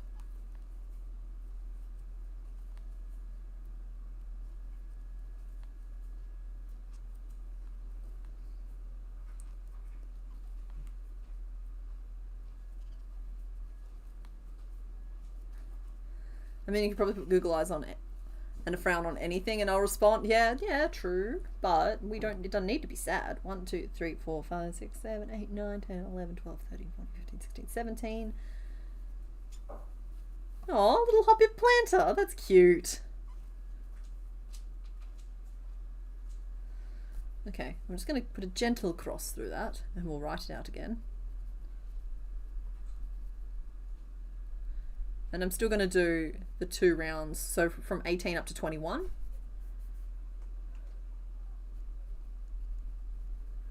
and then from 21 up to, oh, I should do that as 3 ink 3. No, wait, huh? Just cross it out again. We'll just write it wrong and then it'll be fine. And then we'll do this. I say as though you can see what I'm doing. And then from 21 up to 24, then we'll do a couple of rounds of 24. We did 3 rounds of 18 before, so we'll probably need 4 rounds of 24. Yeah. I'm gonna start using a stitch marker because I'm clearly losing the ability to track what I'm doing.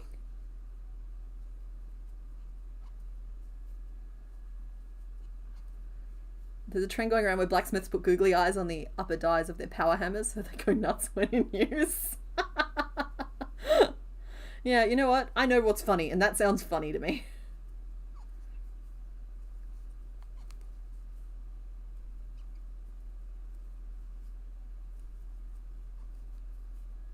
Is the tennis quartz all like lovely and polished, or is it like still like raw and pretty in its own way?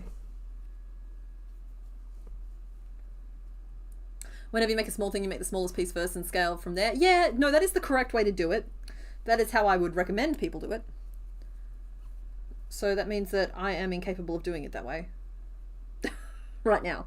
So, yeah.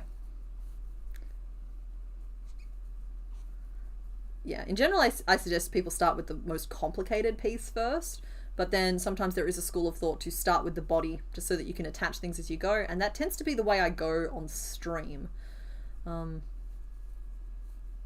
Just a general rule of thumb, because you can make everything to scale with it, and it's kind of just nice to get that little sense of we're moving forward, whereas if I just have a little bits, a whole bunch of like pile of little nubs, it feels a little less satisfying.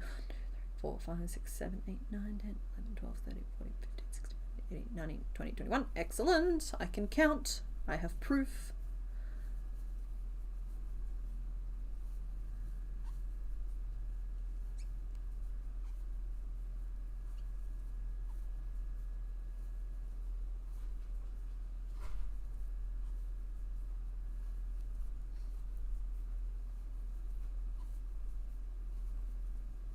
Of all the parts, you just need the full. Oh, making a power hammer? That is the most metal sounding thing I've heard in a while. Possibly because of like Power Wolf meets Glory Hammer. Power hammer. The googly eyed power hammer.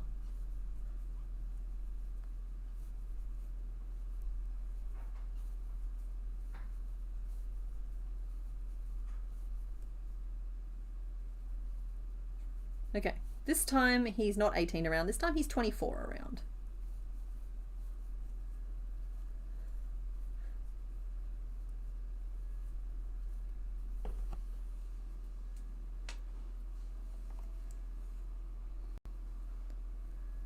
That's good because it's metal. Yeah. So that's the difference one size makes, and I think it's going to be perfect. So I now need to do what? 96 stitches around. Around and around and around and around we go. I'll stop though after, what, 72? And we'll see if we like it.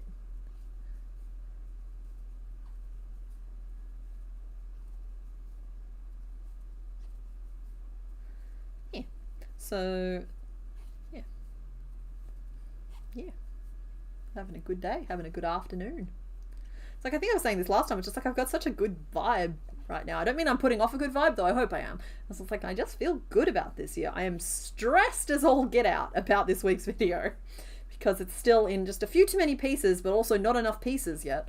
But I'm also feeling really good about the fact that the following week is just a crafting week, because I've talked about the fact that I've changed my schedule up, and so I'm putting videos out on the 1st, 2nd, and 4th Thursdays of the month.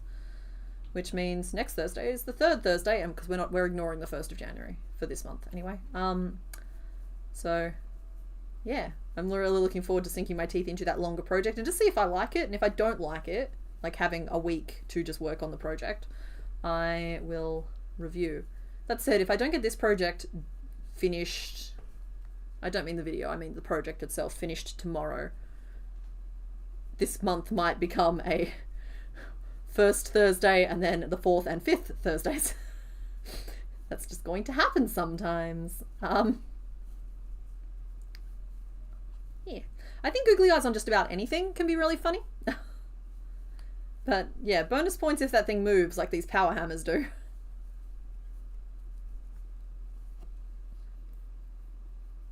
I have a fiber like right in an annoying place.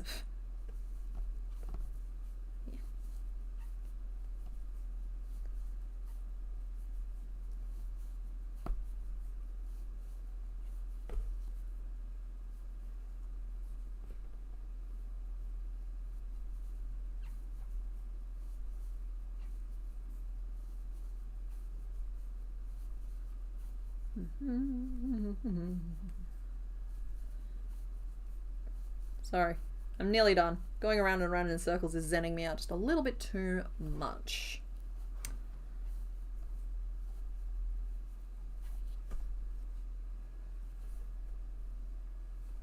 Let's see, we've got what, 44 to go? Hey, do I have a stats on that actually? I do! Okay. Alright, so water is still our most common Pokemon that we've made. I haven't marked off today's. I'll mark off today's so that we have more up-to-date stats. But today's was is Hoppip water Pokemon? I guess I'll find out in a second. Feraligatr certainly was. Yeah, little hop. No, it's grass and flying. Why do I think of Hoppip as wet? There we go. Okay, so we are 26.4% of the way through the entire Crochetdex, which I think is pretty exciting. Like that's huge. We have made 271 as of Hoppip. And I mean, you guys already know that that is mainly through gens 1 through 4 plus Lechonk. 18.5% of them have been water typed, and 14.8% have been normal typed. That can be first or secondary typing, and they are counted twice if they have two different typings. So what am I going to do for the 5 Thursday months? Take an extra week to work on things. My goal this year is 3 videos a month. Yeah, those 5 Thursday months will just be helpful to help me catch up with the pattern content. The first Thursday of the month is always going to be a pattern video. That's my plan anyway. And then the next 2 are going to be some of the larger project ideas that I've been wanting to work on for a long time. And so those 5 Thursday months, it sounds like there'll be an extra long break, but there won't be, because if it's a 4 Thursday month, there'll be a video here, here, and here. And if it's a 5 Thursday month, keeping in mind that there'll be a 4 Thursday month directly after it, there'll be one here, there'll be one like here, and there'll be one here, and then there'll be one here. And so like at most there'll only ever be like 1 week without a video in between. On the 5 Thursday months I might move one of them back to give myself extra time if I need to for a project, but in general the plan is 3 videos a month instead of trying to do 1 every week, and it's just going to allow me to broaden the scope. And it already has allowed me to broaden the scope. I've got so many ideas that just don't fit into the week, won't fit into a single week without injuring myself or taking too much of a toll in other ways. Which is funny because like I'm still working pretty close to the same number of hours with this structure. It's just the videos have gotten bigger. It's just something had to give, and so I've just sacrificed 1 video a month basically, sometimes 2, but mostly it's just 1, in the interest of making cooler things and making cooler videos, hopefully. So yeah. Hoppip has splash in game. Yeah. I actually know why. It's because of a translation thing. Yeah, sorry, Yellowfan beat me to it. So splash on Magikarp was hop. But when they translated it, it became splash. And so anybody else who would know hop in game, which makes sense for Hoppip to know hop, it just got translated into splash as well. Yeah.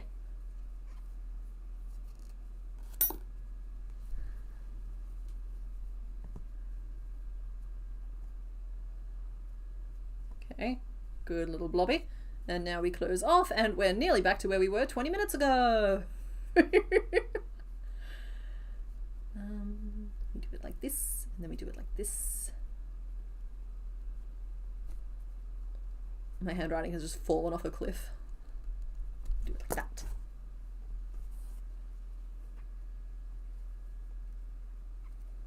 That said, about this whole schedule thing, it's a gentle change. It's not like something I've locked in. So like if I find that it's not working for me, or if I feel like you guys aren't loving it, there is always the option for me to change back. I just want to give it a couple of months go, see if we like it. January's a good time to try out things like that as well, because like ain't nobody making money on YouTube in January. It's a good time to like shake things up and see if they work. Because like there is a chance that changing the regularity of my content will change the way the algorithm pushes it or doesn't push it or whatever. It's kind of a thing that nobody really quite gets. And if that happens, I might have to go back to a weekly upload video or a weekly upload schedule of some kind.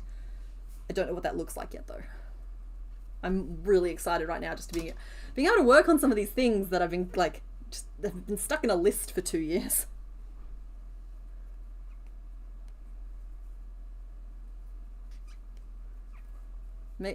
It makes you imagine Hop-Hip splashing in a puddle or bonking around like a beach ball. Oh my goodness, he's totally crowd surfing at events.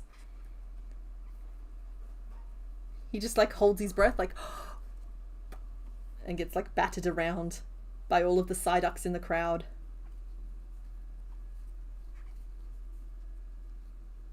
Psyducks always have a headache because they've clearly been up all night raving. That's just the rules.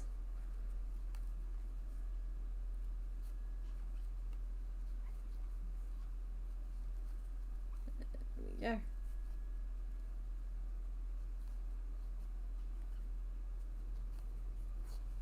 And now we stoof.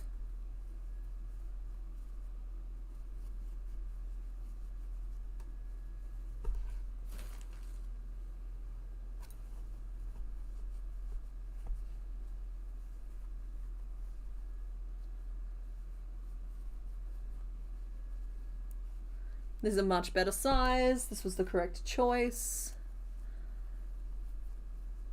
Much, much better.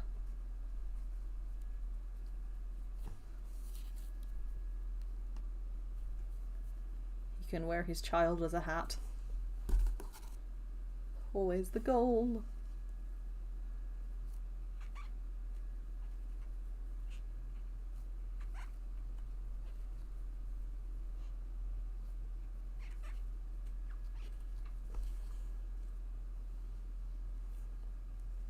Oh, thank you very much, Lisa. I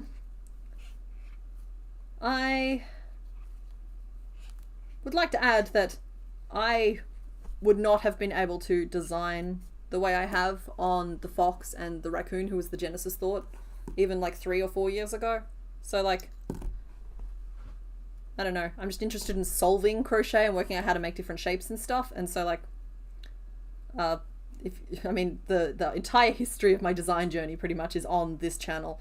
So like, even if you go back to like the start, which is only like 4 or 5 years ago, you'll see that I was in slightly more complicated than basic potato, but still pretty much basic potato land. It's just, I have an interest in learning how to make different shapes and working out how to make different shapes. And that has just kept pushing me forward. I look forward to seeing if I move forward that much again 12 months from now or 24 months from now, because like even a year ago I was just like, there's no way, there's nothing left to learn. I've learned, like, well, I didn't think I knew it all, just to be clear here, but it was just like, I have advanced, I have learned so many things. It's like I've got my shaping tool set, and then from nowhere came this raccoon with these built-in paws, and I'm just like, oh no, that's what we're doing now. That's a completely different area. It's like I look forward to see what comes next in that regard, because like I'm just always like trying to work out how to do the next thing. Currently I'm pretty stuck on these all-in-one body shapes though, because my goodness, it's so convenient not to have to be like, alright, find row 6 and line the front of the leg up with row 6, and you want it to be about 7 stitches down, and then you want to find row 8 and you want to line the back of it up with that, and yeah, it's going to tilt slightly, and then we're going to sew it on. I know you hate sewing. It's like, it's so much easier just to be like, sew the back of that leg up. Done.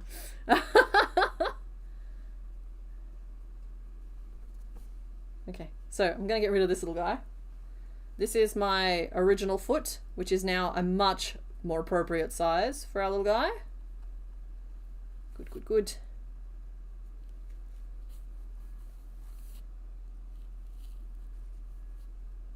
And I'm going to make another little foot.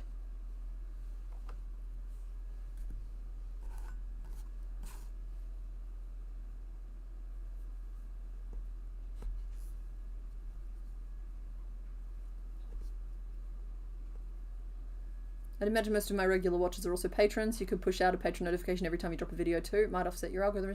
That's a good point, Fiber Therapist. I kind of don't want to like... This is going to sound so weird. It's just like I understand that people are on the Patreon because like they're interested. But I don't want to like harass them with too many notifications. And so... Yeah, I should do that. With pattern videos it's easier because like I just publish the notes at the same time.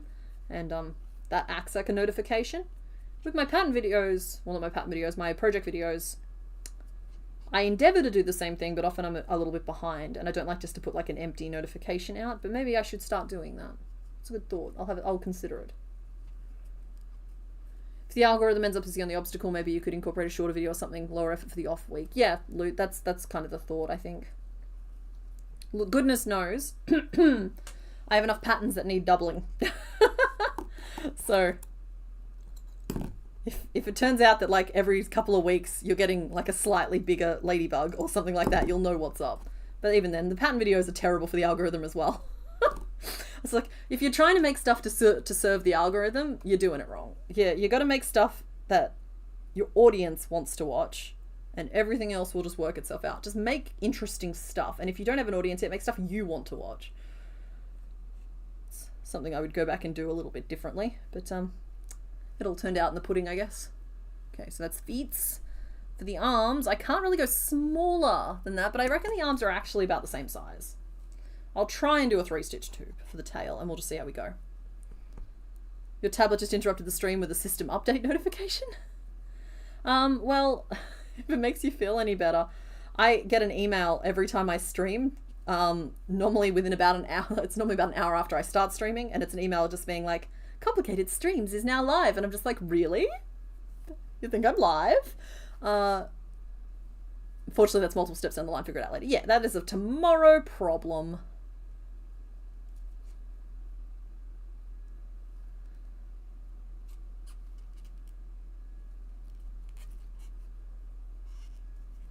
Yeah, okay. So, I will consider the Patreon thing. For sure, for sure.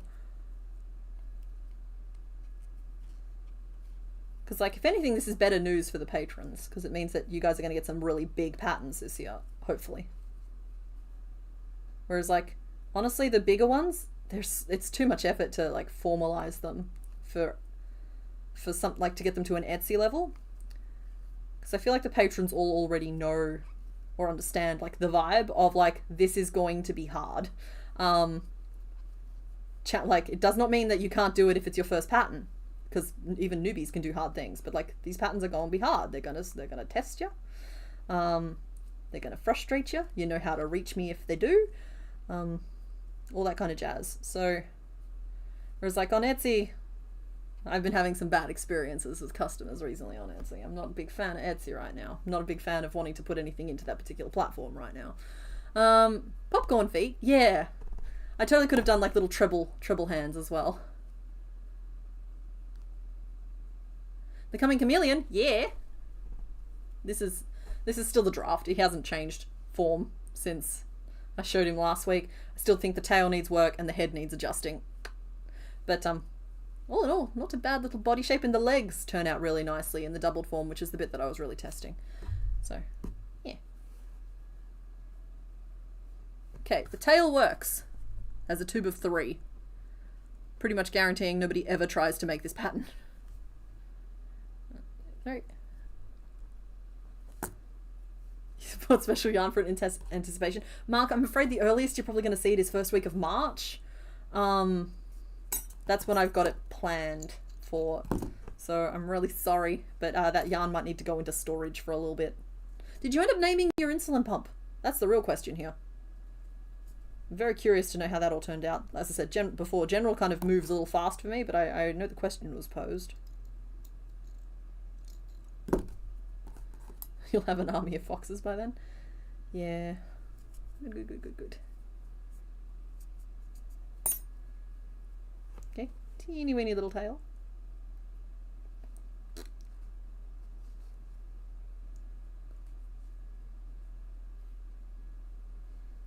Okay, and he needs some fiendish little grippers. But they're only really little. They also kind of need to be 3 around. I think 4 around is too much. I could do 4 and then a decrease. That'd make it slightly easier.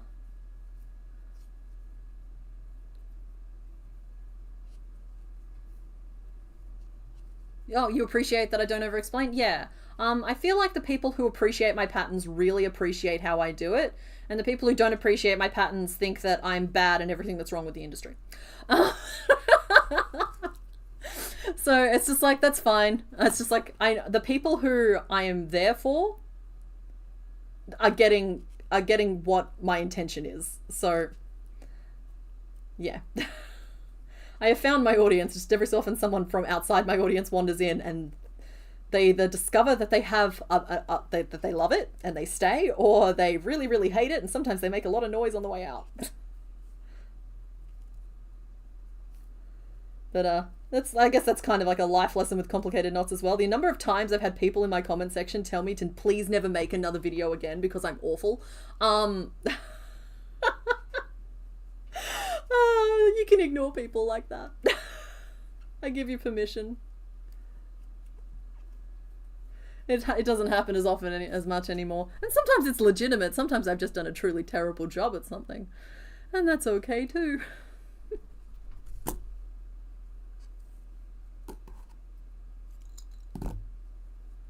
Some of the patterns you bought lately are a whole book? Nope.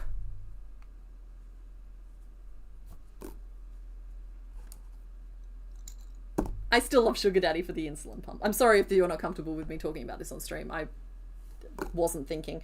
There we go. One teeny weeny little arm. Or is this arm too big? No, it's about right. And a second teeny weeny little arm.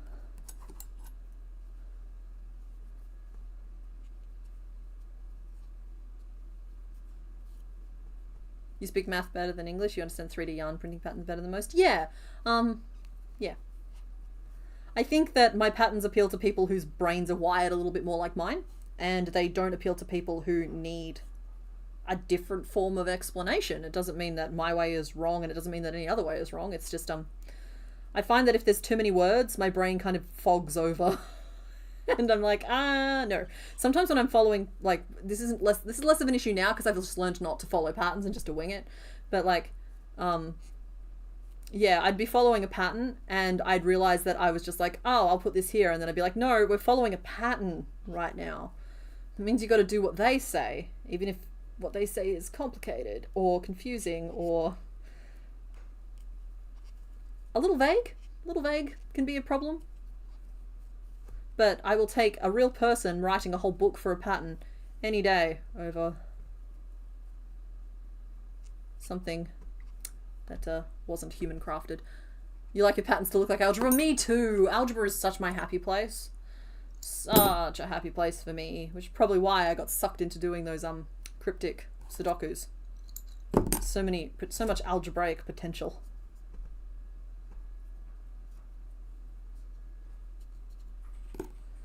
See, I have never actually made a Crafty Intentions pattern. These days I stay away from them because I'm worried that I'll start incorporating elements that are strictly their design elements because they appeal to my sensibilities so much, and so I try not to even look at them too much. Whereas like before it was just like I didn't think I was good enough. I want to be Crafty Intentions when I grow up. Maybe someday I'll put out a pattern book. That could be cool. Okay, we have armies, we have leggies.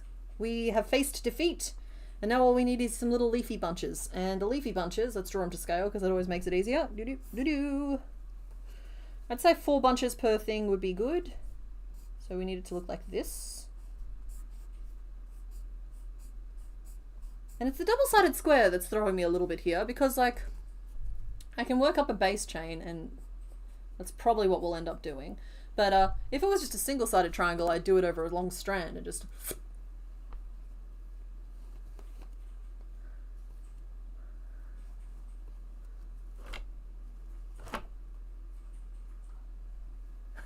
On the other hand, so on the one hand, it's okay to not like something and equally okay to just move on from said thing without leaving hate comments. Yep. On the other hand, even hate comments or engagement and shows this is worth commenting on. Please show me more. Yeah, it's like, it's fine.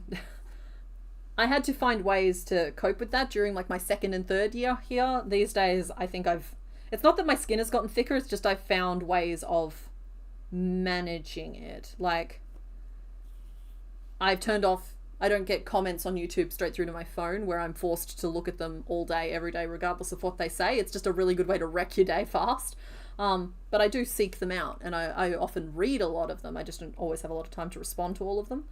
So there's that. Yeah, it's like management techniques. I seek them out during specific times so that I am in the right frame of mind to do it. And I still absolutely chafe at, you think that your manager is the one stopping you saying everything that you want to say to like that customer that you've dealt with, and it's not the manager stopping you from doing it, because I still can't say everything that I want to say to the occasional person that comes through. It's just one of those, and like that, those are the ones that stick with me the most, the ones where I'm not allowed to just tell them a few hard truths. By the way, if you're someone in this stream, I guarantee I'm not talking about you. I'm thinking of some very specific people that I can point blank guarantee are not here. Just in case someone's feeling targeted, because I have a bad habit of hearing someone say stuff like this and thinking they're talking about me. This is not you, I promise. You sometimes type messages to people with multiple sets of brackets because you're a menace. Go for a legitimate pattern that has the highest stitch to character ratio. Use lots of nested loops. I love nested loops though. I at least match up my brackets though. So like the curly ones are for one thing, the square brackets are for another thing, and yeah, the rounded brackets are another thing, exactly. Sometimes you need an aside, but that also needs an aside. Yeah. Loot, I'm going to introduce you to the wild world of commas in a second. You feel like there should be a purge day where one day a year you're allowed to say whatever you want to the meanie commenters. Honestly, it's healthier for everyone for me to just move on. I don't mean like right now, I'm still ranting about it right now, but like in general, it's healthier for me not to fixate on it and not get too stuck in it, but my goodness, I am a human being and I am flawed, and I would love to tear some people a new one sometimes. 1, 2, 3, 4, 5, 6, 7, 8, 9, 10, 11. But even just talking about it like this can be cathartic. And I also want to say that it is not that big of a problem. I have the most self-moderating, happy little jelly bean of a community. Like, you hear stories of how evil and dark and scary the internet can be. And of course it can be. Please keep yourself safe out there. But I got to say that, like, my community is just a very chirpy, perky little place. It is. If I'm in the double aside, there were definitely too many commas already in the sentence. Oh, Loot, I feel you. Have you ever been like texting someone and you'll be texting them like once normally, but carrying on a completely different conversation with the same person in the same chat? But it's in brackets so that they know that this one is for, like, this response is for that conversation and the unbracketed stuff is for the other conversation. Because I've done that before.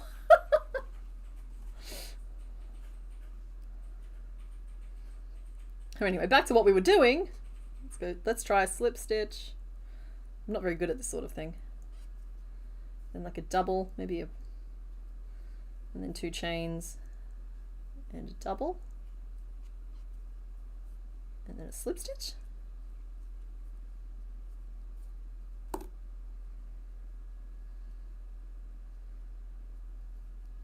Okay, that can work.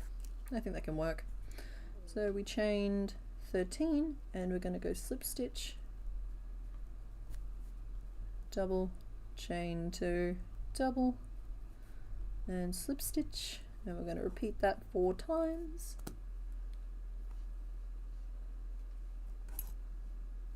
You all can be the jelly beans if you want.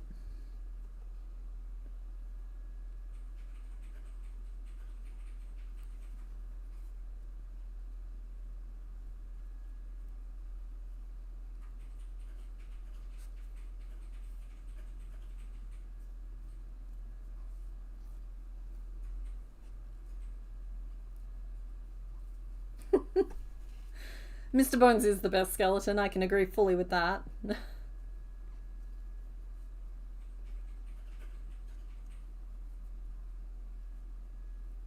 There's an upper limit on nesting brackets, it's called page size.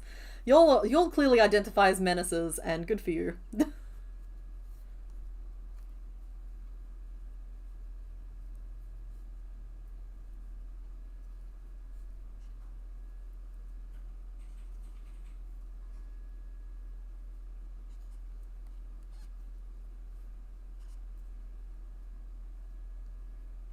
Lisa, forgive me. Ooh. Oh, right. We should all make a jelly bean, right? I missed the first one. I was like, craft a jelly bean, not like wizard her into a jelly bean. I'm just like, I have no idea what that statement means. But then I saw the previous one of we should all make CK a jelly bean. And that for some reason, that extra little bit just helped it make a little bit more sense to me, poor feeble brain. I'm happy for you all to be the forbidden Mentos as well. You're not for consumption, but you're little and sweet. Hypothetically sweet. Okay, so that's one side. I think it's going to be a little chunkier than we would have wanted, but I think it's going to be fine. I understand there's probably fancier stitches that I could use, but fancy stitches are actually a real blind spot for me. I don't know very many of them at all, and the ones that I do know, I guarantee I've forgotten. Let's go down the other side.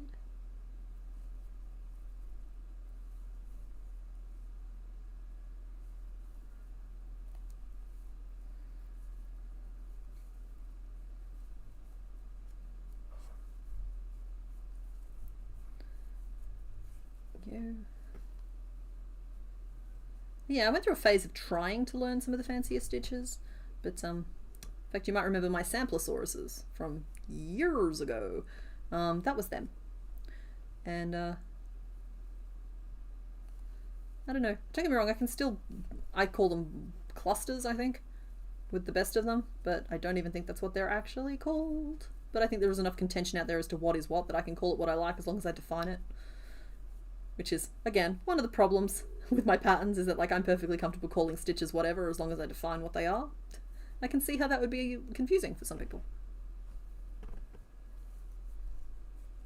Yeah, we are wrapping up very soon. I'm working on, like, the last piece now, so we'll probably be done in the next 15 minutes. So, oh, I should do the name poll right now. Start a poll. Well, Mentos can be fruity flavoured too, Mark. If you want to be, like, you could be watermelon or grape.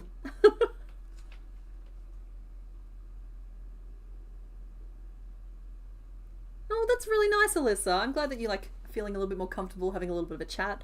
That's good. So in general, we try and keep this a pretty nice place. But a big part of that is all up to you guys. Don't forget the ears. Thank you. I did forget the ears. I'll just finish off this leaf. I'll start the name poll and then I will make an ear.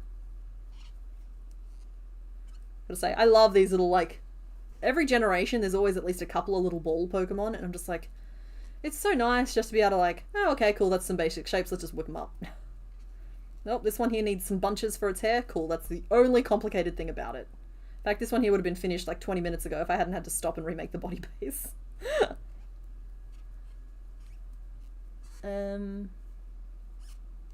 what I mean, you guys are just a bunch of cute little jelly beans.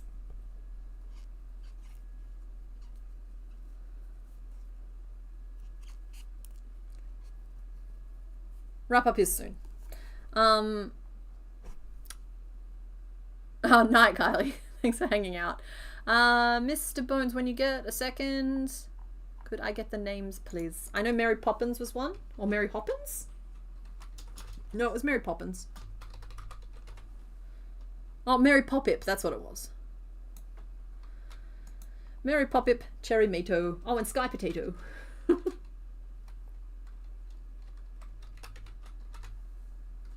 Oh, is it Cherry Mato? And there was the Sky Potato. 1, 2, 3, 4, 5, 6, 7, 8. Okay. There you go.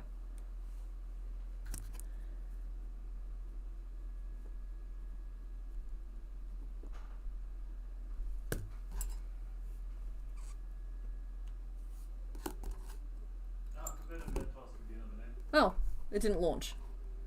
No, Forbidden Mentos is already used. That's the name of, Pupitar. So I only have 3. Okay, we only have 3.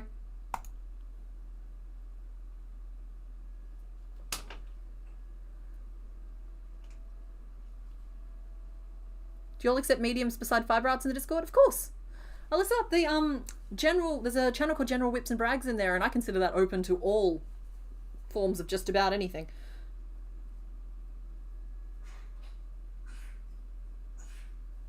These little cute little bunches. They're not as pointy as they are on the picture, but I'm working within the confines of my medium, okay? And I think that it is really cute still.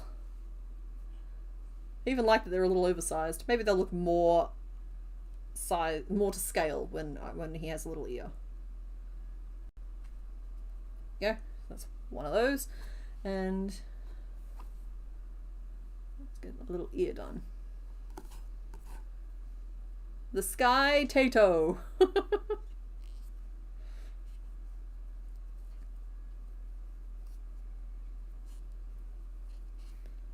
Let's make an ear. Yep, I'm making his ears. I promise, Faith. I'm doing it right now. I had forgotten them.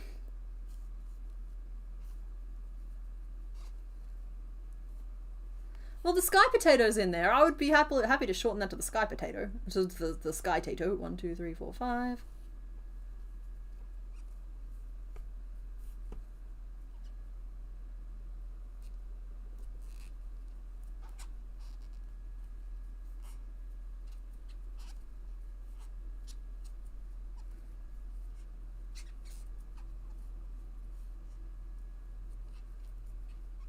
Oh, the Forbidden Mentos for us. Yeah.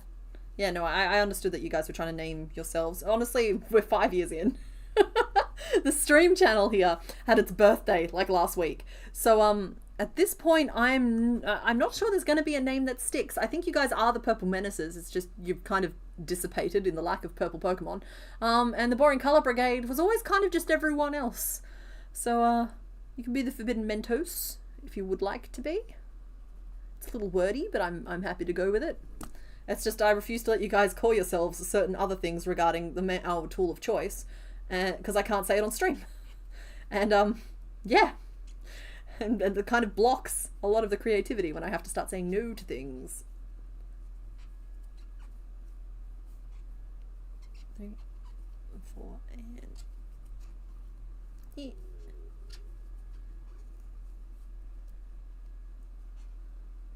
Ooh, power outage, so you're using your data right now? Sorry, Yellow Fan. I'm nearly done. We will be wrapping up very soon. Oh, that's such a little ear, but I think it's the right size. It is. It is just the perfect little size. Okay, his little green bunches are a little on the chunky side. They are. I'm not going to sit here and pretend I think that they're perfectly proportionate, because they're not. But I do think they're also still pretty cute. So I'm probably going to leave them like that. There we go. Licked. You guys are licking the stream? Good. Excellent. Have you seen those videos of like the huskies just like on the glass? It's low-key what I'm sort of envisioning right now. Hi, Becky! Oh, Becky Bullywugs and Bandanas. It's been a while since the stream has gone this long, so I'm assuming that we might get a few of like the late crowd through that we would normally miss. But we are wrapping up now, of course. Okay, there we go. So, oh, the poll just shifted. But we have a very decisive answer here. Introducing you all to Mary Poppip. And just because I'm pretty sure I'm going to remake Skiploom and Jumpluff later, we won't name them right now. I'll wait and see if I do that on stream or if I do that separately. Yes. So yes, you have named the little guy Mary Poppip with 59% of the vote. Sky Potato, or the Sky Tato, got 32% of the vote, so there was some love for it there. And Cherry Mato, or Cherry Mato, depending on how you say tomato, got 9% of the votes. So thank you to everyone who voted. We have named the little guy. So that is where we're going to leave stream today, but I'm going to just do the reveal. So as I mentioned earlier, I will not be revealing all of the answers on this particular like punch card or scratch card because we're going to use it in future. This was our Just One More board where it's got all of the basic ones on there. So I'll be using that to help pad out some of the more complicated Pokemon. But this board here, we will reveal, and I will always reveal like the weekly board. Today's theme was just Pokemon that were a little bit more complicated. And we had a choice of Xatu. Yeah, Natu's the little one, and then Xatu is the big one, which is just a cat and a robot. cat and a bird robot. He's on here because of the complications of his markings. He himself is simple shapes. We have Sizor, who I've spoken about how I've got a little bit of trauma left over from Scyther, and I'm just not feeling confident about it. He has fewer wings, though, now I'm looking at it, so like maybe that won't be as bad. And Lugia did make the list. He's got nice big smooth shapes, which is actually pretty good for crochet, but I'm feeling a sense of pressure regarding him, and so he made this list because of that. So yeah, those are the 3 today. And the other 3 that we could have been making today. Minimize that back down. I will show Feraligatr again. So this is as far as we made in 3 hours, which doesn't look like much, but he's actually nearly done. And he also, of course, we have a helmet for Totodile as well because they're Gator boys. Woo! No, you wanted Natu? Well, sorry, no, you wanted Zatu? Natu? Well, Natu and Zatu are both technically available, I guess. Feraligatr is Gator boy. Yeah, fair to feel pressure with Lugia. Hopefully not actually tough one though. I don't think he will be, but I'm just feeling a little bit of pressure there, so he made it onto my like hard list, if that makes sense. Skinny bits that stress you out on crab arms, yeah, because it just means that I have to make him bigger, and then Scyther, I don't know, I've got like, I think we streamed for like 5 or 6 hours making Scyther, and it didn't turn out super great either, and so like, yikes. Anyway, that is where we are going to call it today, so thank you all for hanging out. Happy time zone and have a good week. And hopefully I will see you guys on Thursday with my video. Otherwise you'll see me on the Discord. So yeah, there it is. Okay, bye. I don't think I forgot anything.